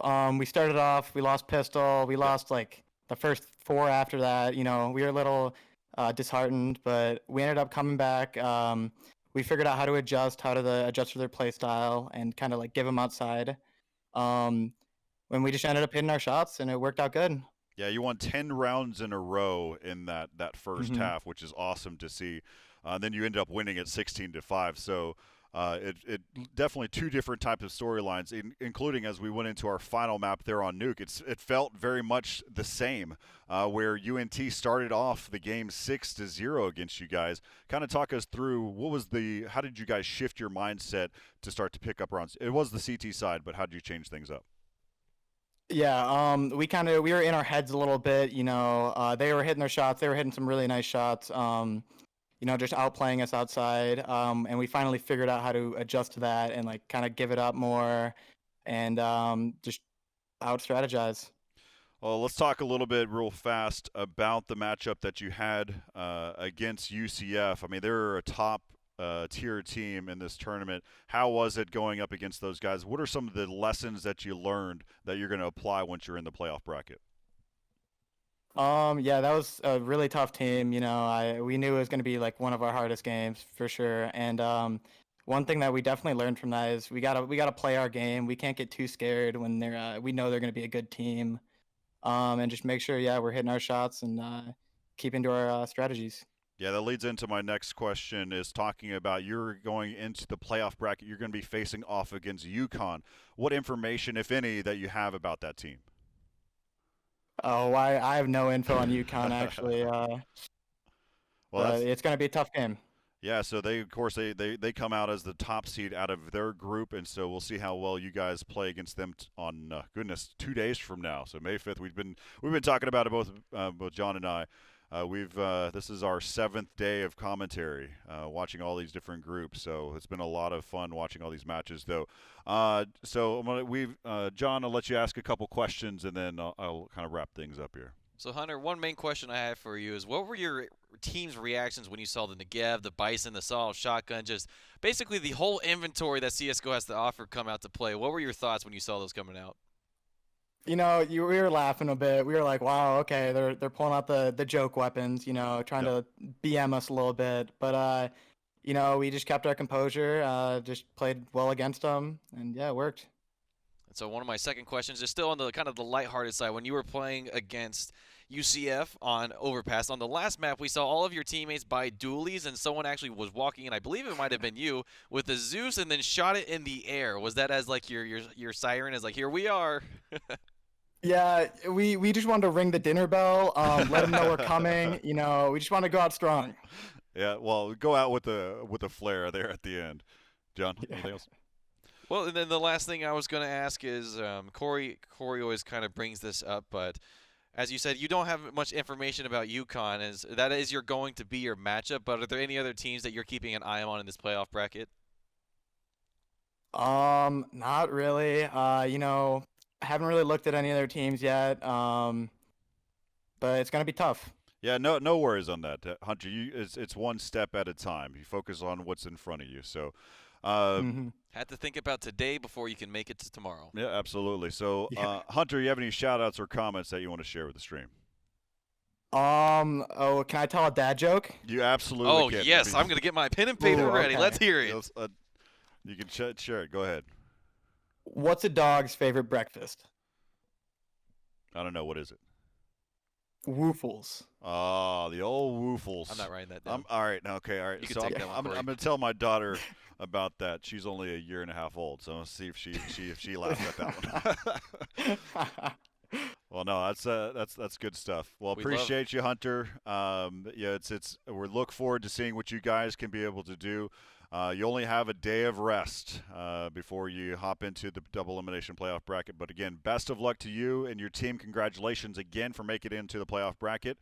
Hunter, have a good one. We appreciate you. Thank you. All right, so that wraps up Group G. So Group G, 7 days of Counter-Strike, which leaves us to one more group. That's Group H. But, man, it has been a fun time here. We've seen so many different types of teams. We've seen some teams that are hyper-professional. We've seen some teams that joke around. We've seen some teams that, they've been thrown together. We've seen other teams that have ridiculous strats and some awesome smokes. And we've seen the whole gamut of what Counter-Strike has to offer, and I'm still interested what we'll see in store that has for Group H. And so tomorrow for Group H, it shapes up like this. So before we actually had seen University of Texas at Dallas, the JV team, but this time we're going to see the A team coming out here for UTD. They'll be facing off against FGCU. That will be our first matchup of the day on May 4th. That is tomorrow at noon. That is Central Time. And then following up after that, we've got Kansas State versus University of Texas of Arlington. Of course, UTA is just down the road from us. So we've actually had UTA, a variety of different types of teams, whether it's the Rocket League team or a League of Legends teams, what have you. All the different shapes and sizes of all the teams have actually played in our team rooms. They've boot camped, they've trained. So we'll see how well they play against Kansas State, and that will be at 1 o'clock. But it is our final day of groups. John, what do you think about this bracket before we wrap up tonight? I'm just going to make a small little comment here. As looking at UTD and FGCU, I went to UTD, and I was part of the fighting game community, also abbreviated to FGC. So that's a John O bracket right there. That's what I'm going to call it. But tomorrow I'm excited to see how the team plays. They are I think the number 7 seed as we go into that bracket. So I've got high hopes for them. I would like to see them move on. As you saw your alumni fall, I hope that one of them can make it through. As Kansas State and UTA we see on the lower side. Well, like you said, down the street we can see how well they've been performing. They've been using our team rooms, as you always mentioned. They've actually even performed on our stage. Yep. So we'll have to see how much of that experience will transfer on to this tournament. So there you have it. That's going to be your Group H, and that's what we'll be jumping into tomorrow. We've had a lot of great Counter-Strike here. John, it's been fun. We've got one more day of group play before we dive deep into the double elimination playoff bracket. So thank you all who've been tuning in each and every day, and we'll see who is actually going to make it in the last 2 slots in the playoff bracket. We'll find that out tomorrow. So thanks for watching. Take a look at all the highlights from today. It's been a full gamut of it.